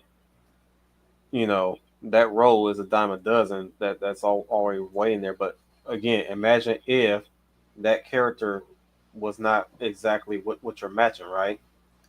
Right. And they're looking for specifically the race that's supposed to match that character, and you're the one who answered the call. You know, common sense would say, bring him in and let's see what he can do. Right. Hmm. That's It's a not good how. thing. Yes. A certain actor, I don't remember his actual name. He was Sicilian. Had his career way before all this nonsense. Because I remember his character name was Iron Eyes Cody. He was pretty Oh. famous, played a lot of Native Americans in various media, stage shows, and that. There was even those commercials in the 70s about littering and you see his face and he's on the highway crying because people are littering the roads and stuff, and and everybody thought, oh well, he's a Native American. No, he's actually a Sicilian. Hmm. Huh. Yeah, no, I remember. Yeah, yeah, I remember like seeing Iron Eyes Cody. Cody, and this was like even before he died, and I was introduced to him through Ernest Goes to Camp, which is like the first of the Ernest movies. I just remember when he got older, like he looked better younger, but when he got older, he kind of looked very much in a way like Leonard Nimoy when he got old, and I'm like, oh hey, that's Leonard Nimoy. No, that's not Leonard Nimoy's son. Who's that? That's Iron Eyes Cody. But he looks like Spock. Yeah, he just got old. Yeah, he just got older. It it would be kind of funny if the voice actors decided to rebel by making all of their avatars that they use to apply for jobs be VTubers. But you following what I'm saying though? Yes, What I mean exactly. by I it being am. twofold, like the Well, white actors, yeah, they you know they get it pretty bad too. But you also got to think on the other side as well. The actors the actors of ethnicity not getting enough. They're probably not getting enough roles per Oh, se definitely not. because I Hmm. it's a very limiting thing for them to be hiring them based off their skin color, and it's probably also weighing on them too because they're being hired not because of their talent but because of their skin color and their ethnicity. The Or superficial things any other surface come level up, traits. isn't and that and becoming illegal now? worse, yeah, pretty soon it will Yep. be, but worse, they got to play the role outside of the role of you know there's never been no actors of color that done this, and I oh yeah, I they gotta like do that like spiel. to do Bull this, crap. you know I like to I took this role because I want to be seen, Yeah. all that Seen? stuff, and I'm pretty sure that Really? there's a few. I'm Really? just saying, I'm pretty sure there's a few of them that don't believe in this bullshit. They're just cue carding Yeah, just this to, is just to sounding keep like their the job. latest thing. Black country singers. Like, I'm not saying you can't. I'm just saying it's weird that you're doing that now, and you're starting to look. You look like rappers in country outfit, and you start. And I heard somebody sing They, something like that. It sounds kind of like a rappy country. I'm like, yeah, "Ugh." they kind of do. Yeah, look at Beyonce. I Uh, try not to. truth How do be you say Exactly. sell told, out? truth be told, a couple of them, one or two of them that I have heard of, are really good. They're from like The Voice, Mm. but Oh yeah. the ones that are trying to copycat them and be all gimmicky, they they just all sound the same. Don't look the Rapping same. and Somebody country. passed pictures of some guy on an SNL recently who was a country singer. He's black, had the dreads and stuff. I'm like, God no. bless you. We'll Oh, sneeze. it's a But lot funnier when you find out there's Korean rappers that have dreads. And it had incensed some black person to no end. I don't know who it was. All I remember is the yelling and the person's just sitting there at whatever interview they're doing, just looking at him, and it's like, "Hi, do you want an autograph?" As yeah, far as the overall attitude goes, though, if I could think of something, if they were basically having the voice actors match the ethnicity and basically surface level traits of the characters, you're gonna basically have voice actors hired for their looks and then drawn to be based on those characters. It would be, yeah, yeah, it would yeah. be like That's what Hollywood. we're seeing with most of today's like Western animated works. Yes, Hollywood 2.0, except they're trying to uglify someone hot and then make the fat best friend look conventionally attractive. Which they also fell at that too. Oh yeah. Mm-hmm. Well, it doesn't help that the animation industry got art police so much that the common body type is potato. Yeah, back Yeah. back in our day, And they're like, how do you even draw? in Gen. It's like, how do you draw them hips? I don't know. Stick cats in a gunny sack and shake them up. Let's hope PETA doesn't hear yet. Yeah, no, like back in our day, even in Gen X's as well as the boomers, like you actually have variety of body types, like for men and women, boys and girls. Yep. Well, that's true. You still do. The only Yeah. problem is when you try to go too realistic, you end up not being impressive. Which the ancient Greeks found out about that when they got to got to perfect proportions with their sculpture that was called the shepherd. And when they looked at that thing, it's like, this looks boring as heck. Then they went to the whole 6-pack abs, healthy Olympian bodies, sports stuff. Yeah, Mhm. the idealized form, which is Yeah. something like people should strive for. Yep. But is Or that not in is that not what the Greeks did with their art? Their influence was the Hmm. idealization of the human body. That's why their Yeah. statues and artwork were like that, because Mm-hmm. it was something to attain to, like you said, Dom. Mm-hmm. They had gotten to perfect proportions, and then they decided to go idealize because it just looked better.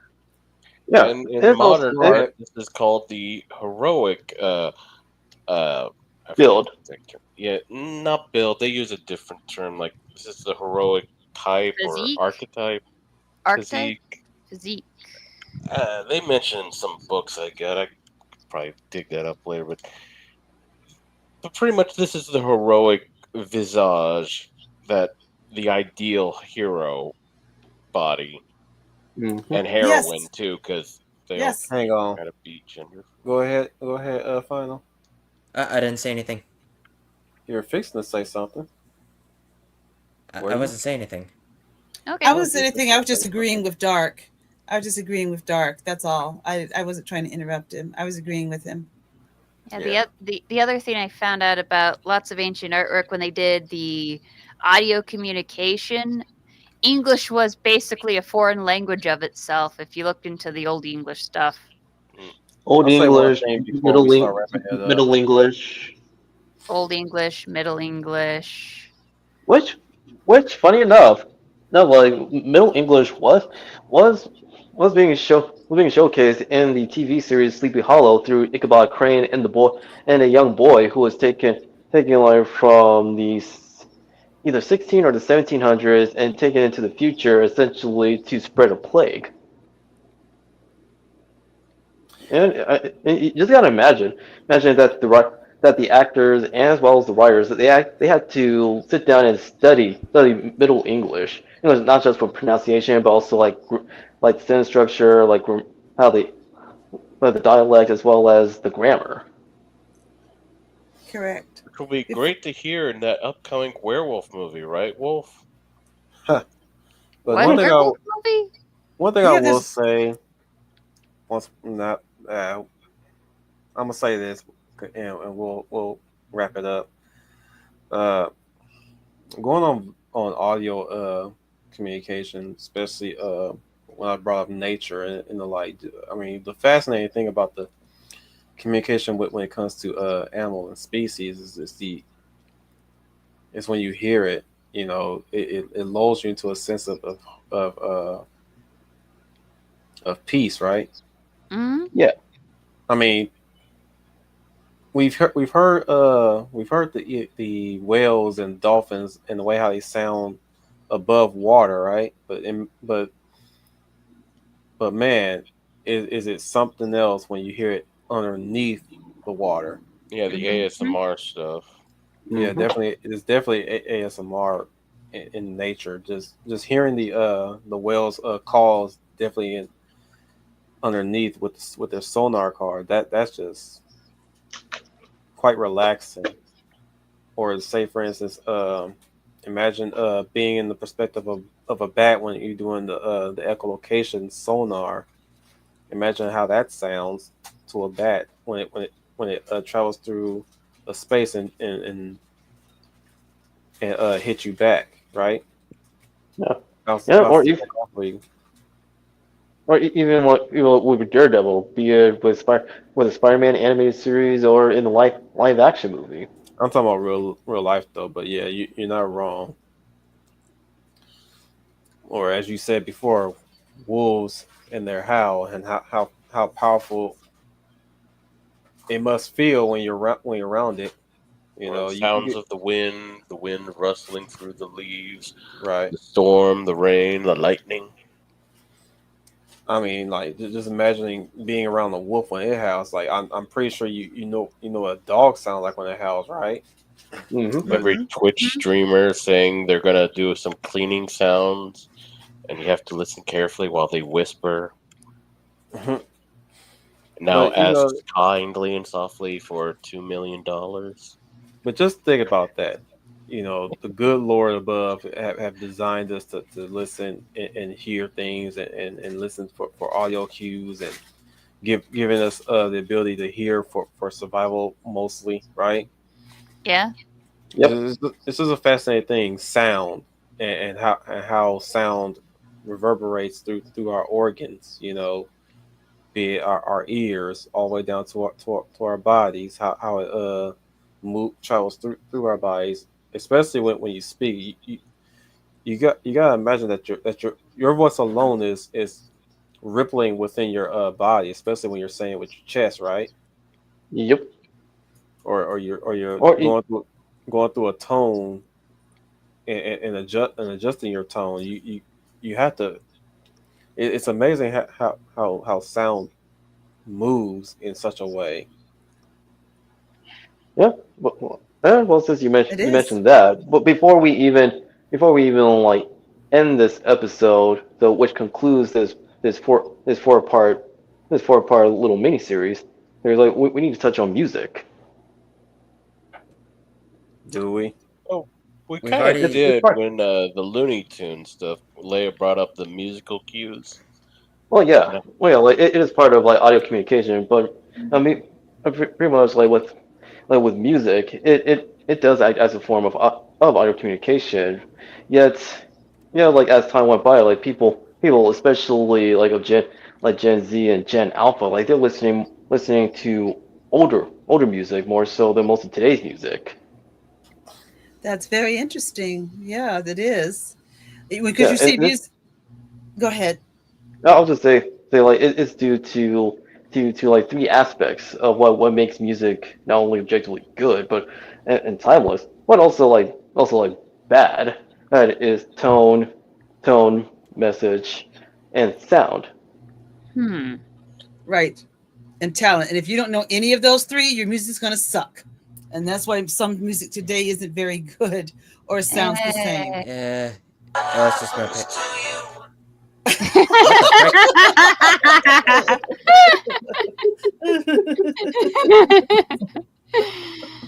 Oh.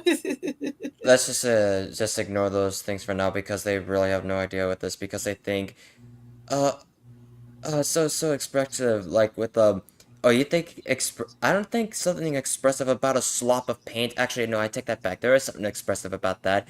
Is that you're fucking lazy. Because if you're we gonna sorry. because if you're gonna be getting into any of this stuff, such as the arts or the music or even the writing, study it, structure it. You can't just go in there willy nilly with this kind of thing. We all go through that one phase of finding this one piece of music that we think is absolutely breathtaking, and then you listen to it when it becomes the oldie station a few years later, and it's like, what the heck was I listening to? I mean, a good example Yes. like of a piece of music that is not only timeless but talked about to this day is Smile Bomb from Yu Yu Hakusho. What the frick? What in the Sorry. world was that? It's from Dark Okay. Stranger. Oh my God. Okay. Well, anyway, yeah, with Yu Yu Hakusho, like, and of course, like one of the many classic songs from the soundtrack after the anime adaptation was released, Small Bomb, which is started at the opening from the beginning all the way to its end, and like it accomplished of achieving tone, message, and sound, because with the tone like it's a very happy beat, especially like with the original Japanese and the English translation. Oh, the one I Mhm. like is when they have the happy-go-lucky song, and you're at that one season of the anime when things are about to get really real. Oh yeah. Most recent version was in Dungeon Meshi, and they got to the part. Yeah. Yes. Long story short, We we can hear your phone, Dark. Turn it off. oh, its timing's incredible. Long story short, watch the anime. You'll probably see why. Yeah, and also, and since season two won't be out for a while, go check out the manga because Studio Trigger, because this is their first time like adapting like an established work. They're doing for the most part they're doing a good job of bringing the manga to life from page to screen. Oh heck, they had a blast, especially capturing Marcel's mini meltdowns. Yep,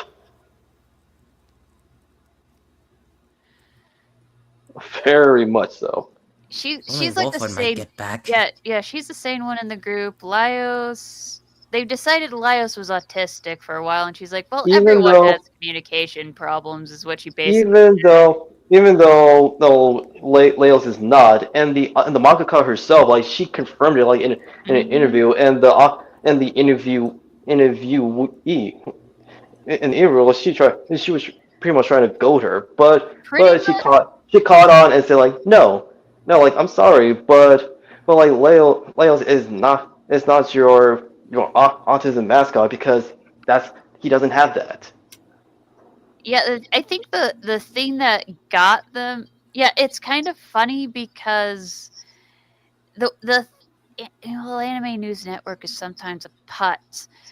Uh, the thing that I Well, found kind nobody of trusts the Anime News Network, yeah, much like PBR. the thing that I found funny was literally she literally noted like that love triangle between Fallon, Laios, and who's the Japanese guy in that one? The samurai of the group. I think his name was Shin. Yes, Well, it's Shin. yeah, Shin has a crush on Fallon.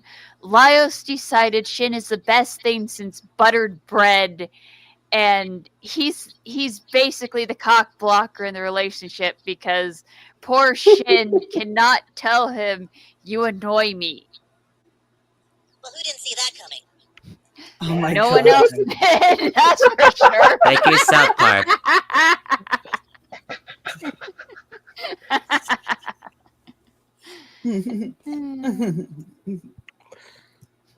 Well, when you sent music, I don't know specifically this is what you're looking for, Don, but recently we lost another legend in the music industry, and that's Roberta Flack. I don't know if anybody's Yeah, familiar with the that music, counts. but how she got her start in music was she was classically trained, then she taught in public schools, and then she went into recording. So she learned her range, her own voice, how she doesn't sing over or under her range. And she learned musical composition, which helped her compose and sing the way the songs that she did. Killing Me Softly was his song, is probably one of her favorites. You've probably heard Always a that. classic. It's a classic song. Yes, you're right. The Fugees did a remake of it.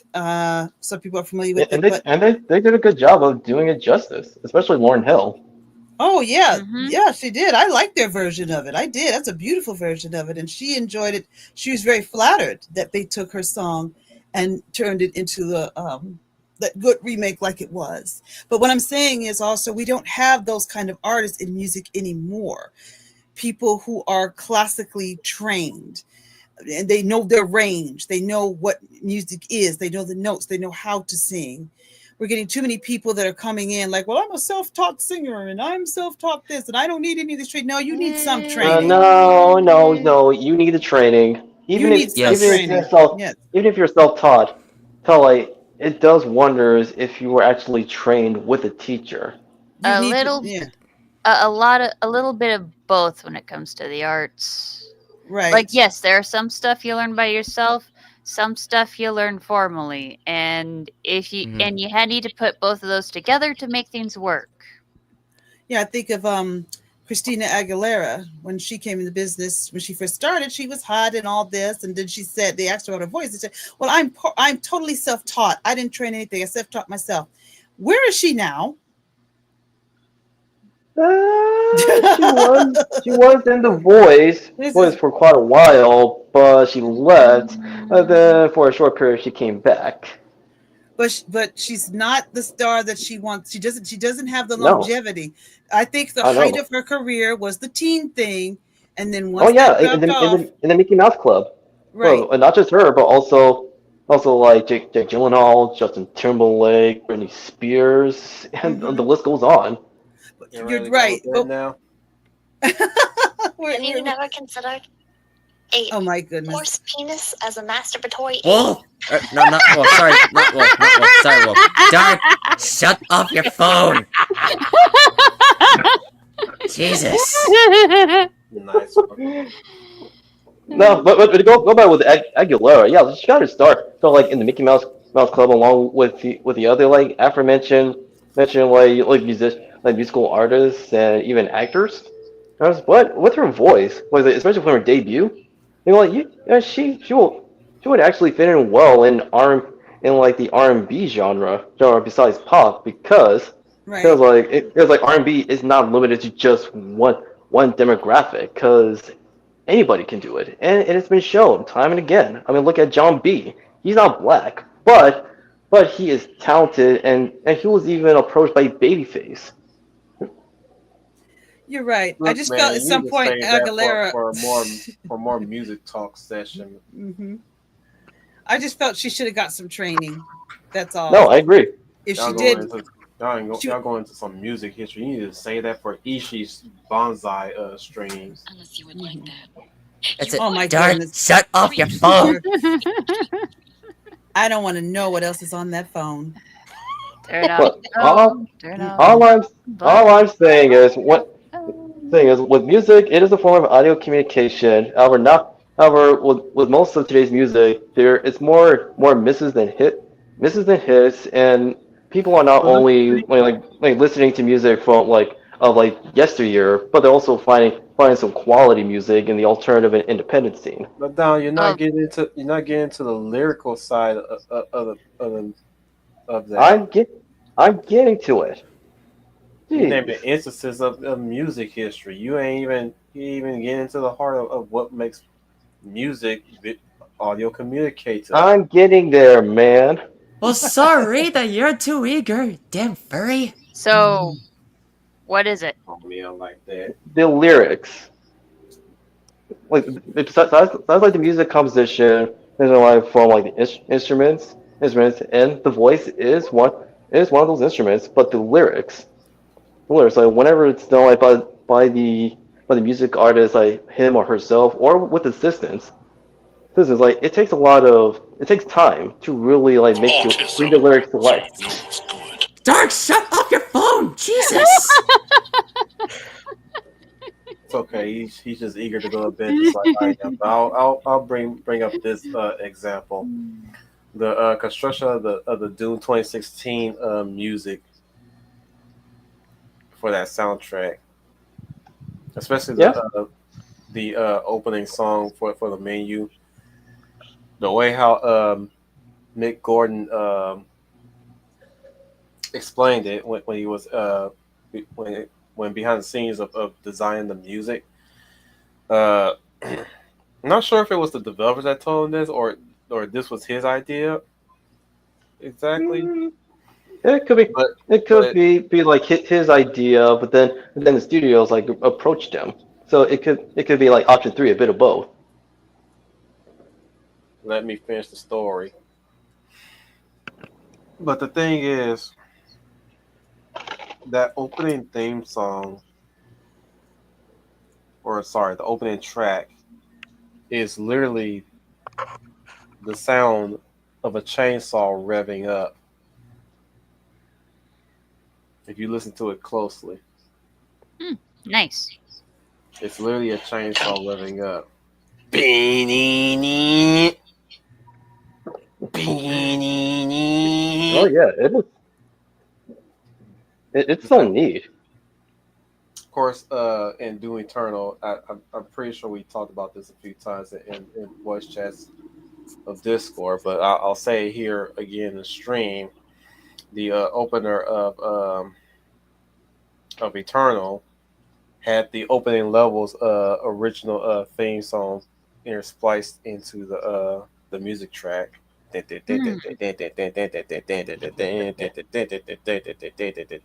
Originally, then you go back to you go to Eternal. Hmm. Kind of reminds me of 3 for some reason. Hmm? Reminds me of Doom 3 for whatever reason. No, Doom 3 was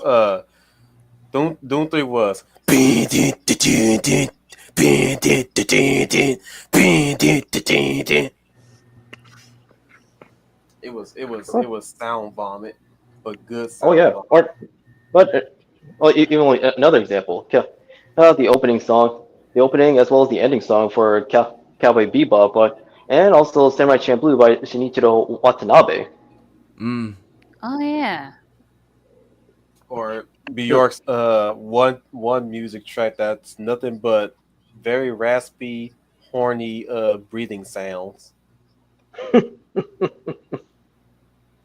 That woman is quite the eccentric. In Ah, Paul that was York, I yeah. I was not prepared for that one because I somehow burned that onto a CD and just roping up any Bjork sound, music I could get my hands on. And when it got to that track, I'm like, is there gonna be some singing? Is there gonna be some music? This is the art. Okay. I don't remember the But hey, name of it either. yeah, but to get back to Cowboy Bebop, with the beginning of the bass, and eventually the voice. voice like beginning the track. So like it helps to tease the viewers of what they get themselves into with Cowboy Bebop. Because yeah, while it is not only it is a neo noir and space western, and like in each episode it tackles different genres of fiction, and with the music like help accompany that. Yep, a lot of jazz in this one. Lots of jazz, because you hear a lot of saxophone. There's other Yeah. songs there's other songs out there I can't put my finger on, but they're a lot of them were constructed in such a unique way as well. Going back to the whole chainsaw thing, there was once I got I kind of remember what that was. I think there was once one track from a movie that was meant to simulate screaming, people screaming at one point. Huh. I thought the construction of music when it comes to audio cues and what they're supposed to represent at times. You know, Right. even Godzilla minus one's track. There's a bit of a hint of something very connective physically within the tracks when you hear it. Some of the tracks come off as very object in a way, symbolizing an object or maybe a thing or something of flesh. You know, Yeah. Yeah. and Yeah. I tend to listen to a lot of these songs sometimes just to hear them and listen to them carefully. Sometimes it's more like a Rorschach ink blotch test for me with sound, as if the song is asking me to tell me what you see. You know, of course, like the test, I'll tell them what I see. Except it's asking me tell me what you hear, and I'm telling you what I'm hearing. You know, sure I'm hearing the instruments, of course. If it's lyrical, I'm hearing the lyrics, whether it's foreign or English. But the more I listen to the song, sometimes I'm hearing a different tune. It's like tasting wine after you stir it. You know, I'm Yeah. like a I'm like a Well, we understand. professional. I'm like a designated wine taster when it comes to music at this point.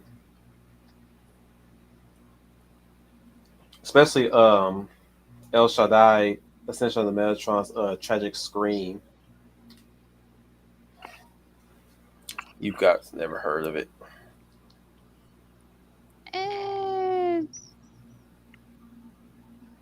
I was looking up something. It's okay. Right. I Right. hate the disabled. Oh my god. There. Now he's dead. Oh my god, Eugenics Dark, wins again. shut off the phone! Dark.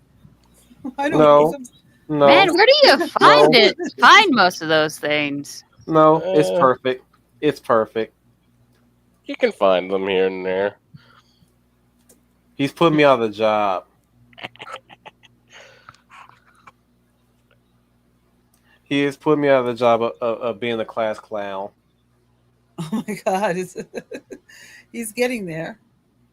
Well, which Oh, just means, yeah. man. Which means, Wolf, you gotta up your game. I have competition.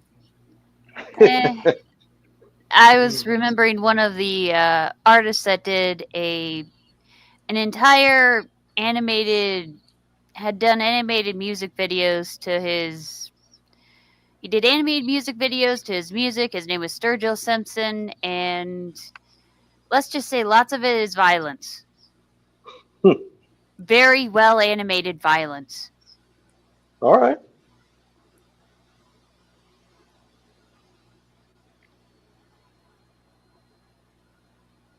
And somewhere there's a plot, but you'd have to watch it and try not to zone out. But that stuff's easy to zone out too. But if you want to regardless, talk about music, but if you want to talk about like a song that takes you on a very like surreal psychedelic trip, you're like Cooley listen, soundtrack. Yeah, that does it too. yeah, Yeah, and while like it is like it's definitely rock inspired and manic like they serve a purpose because inspired even though it showcases a lot of shenanigans. I think it's like in Fooly Cooly, it is those like that heavy like rock manic eccentric sound is used to help to convey the coming of age story that is being presented in Fooly Cooly. My nigga, that's crazy. Oh But my I don't goodness. remember asking. Truth be told, I never really got the plot. I do remember that multiple animators worked on it. That's why every tone in each episode is a little different. They even had Okay, one part where they did a South Park homage and they got the detective with the huge eyebrows. case in point. Yes. But yeah, but again, like as I was saying, yeah, but in relation to that, but if one time a song that takes you on a very like surreal psychedelic trip, sure, like if you don't know what the heck was I listening to, there's Travolta, aka quote unquote from Mike Patton's other band, Mr. Bungle. Bungle, where's yeah, it's not only like it's like funk metal, but it's also experimental because him and his friends like that make up the band, they use circus music, which is used very effectively. Ah. Well, this has got to be the second gayest thing I've seen in the last 10 days. Will you quit that? Yeah, I mean, again, like when you listen to like to quote unquote like for like Travolta, and you read the lyrics as you listen. It's like you just once it's done, then like again, you're gonna Turn down leave the with the music, impression, Wolf. I'm telling what the you, heck man, was I listening to? Tragic Scream. Well, turn down the. Listen, Oh, turn- listen, and tell me what you think.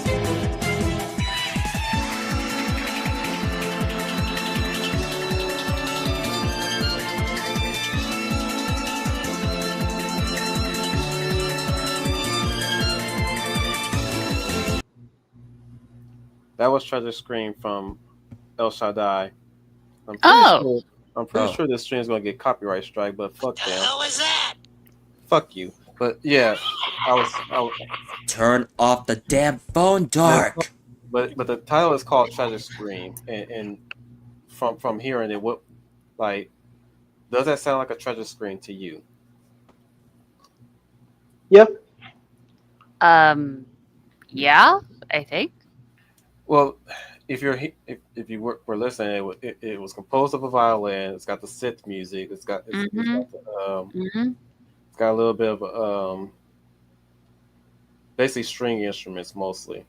Oh yeah, and it had that one loop title screens usually have. Well, that sounded It's very not a title pretty in the screen. middle there. It's mostly about music, Oh, okay. but it's got energy. It's got octane, but but at the same time the violin in a way is kind of screaming. Reminds me of Shinkenger. Just by listening to that, it's the Henshin theme in Shinkenger. But that's what I mean when it comes to the audio messaging within music that sends you on a roller coaster of emotions and ideas, right?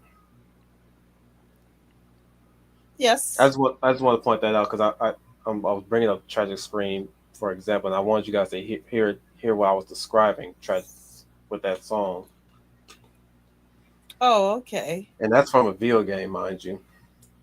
Hmm. Oh, okay. I see what you're trying to get. I thought Don was talking, and I thought you were drowning him out. No, I So wasn't Don doing wasn't that. finished Because yet. I had to briefly stop him, like I want you guys to hear that. Hmm. And then I didn't mean to stop you right there, Don, but I want to prove a point.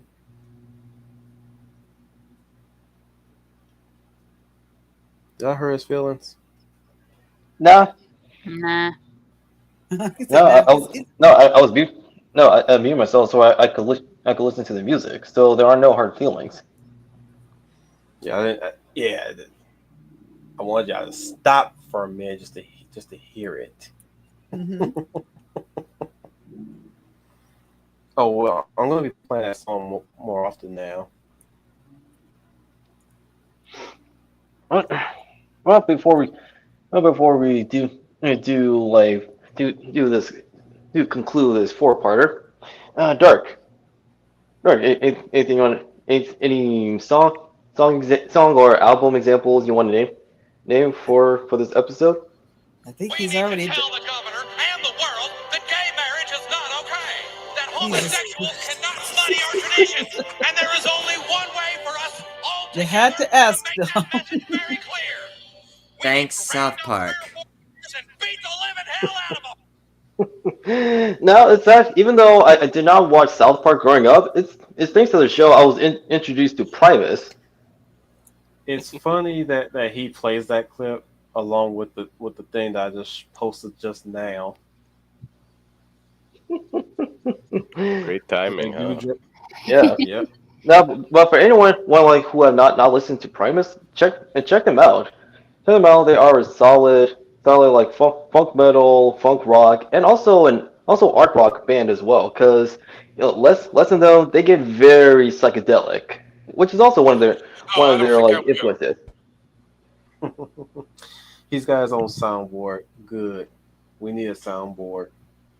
Yes, we do. Been trying to take this to Radio Shock Jock ever since last year. It's been a while.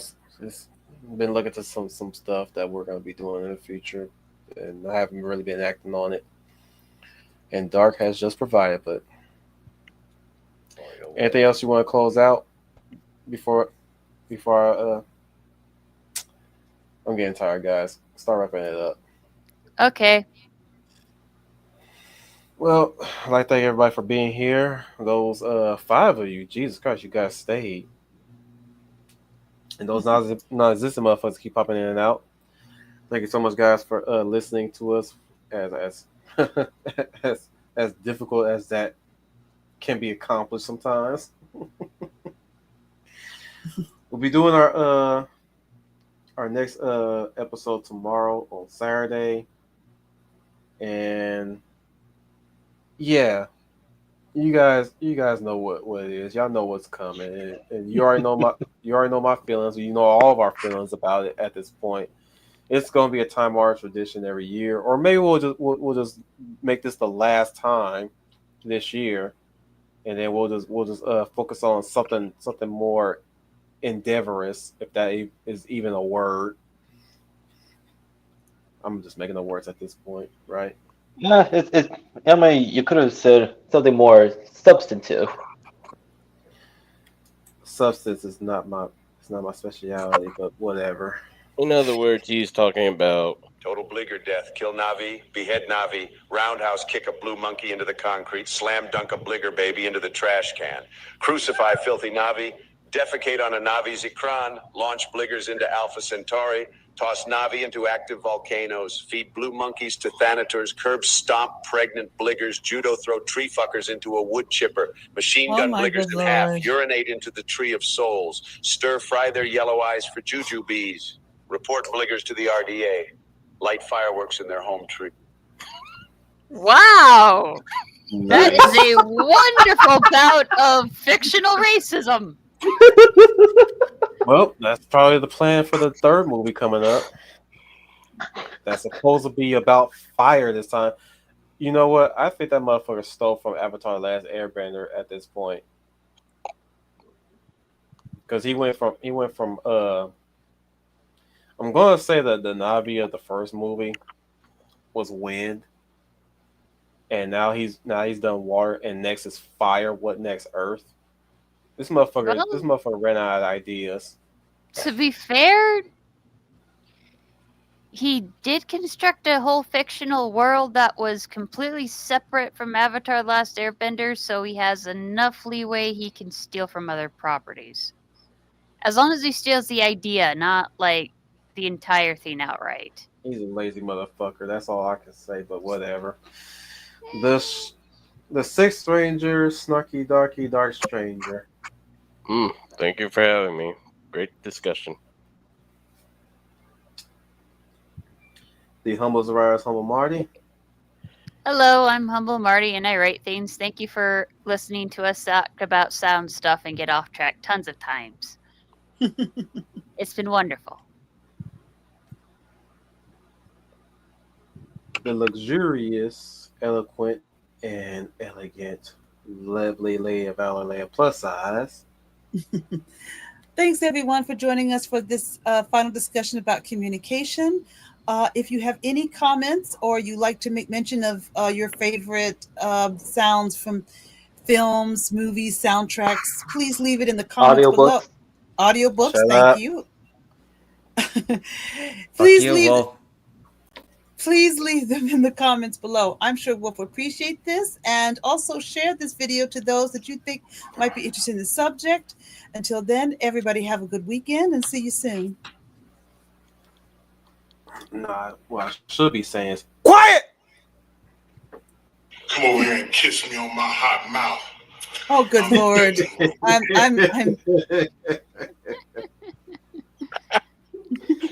The Warrior of Light, Final Fantasy Fan 12. Anyways, that about does it for this video. Thank you guys so much for watching. If you like what you saw, click like and subscribe and share with your family and friends. And make sure to ring that notification bell, that way you get notified of our latest videos. Once again, thank you guys so much for watching. This is Final Fantasy Fan 12 signing off, and remember, may the light forever shine upon us. And last but not least, the Hound of the South Donic Pal. Well, thank you everyone for joining us in this final part of the Communications Quadrilogy. You all have a good rest of your weekend and stay tuned for future episodes of The Real Millennials. This is the Hound of the South, Donnie Powell signing off, and remember, there's a light at the end of the tunnel. You got to keep your head up. So welcome into Will 10. Remind you guys that poor communication kills. And better communication skills are necessary for sustainable civilization.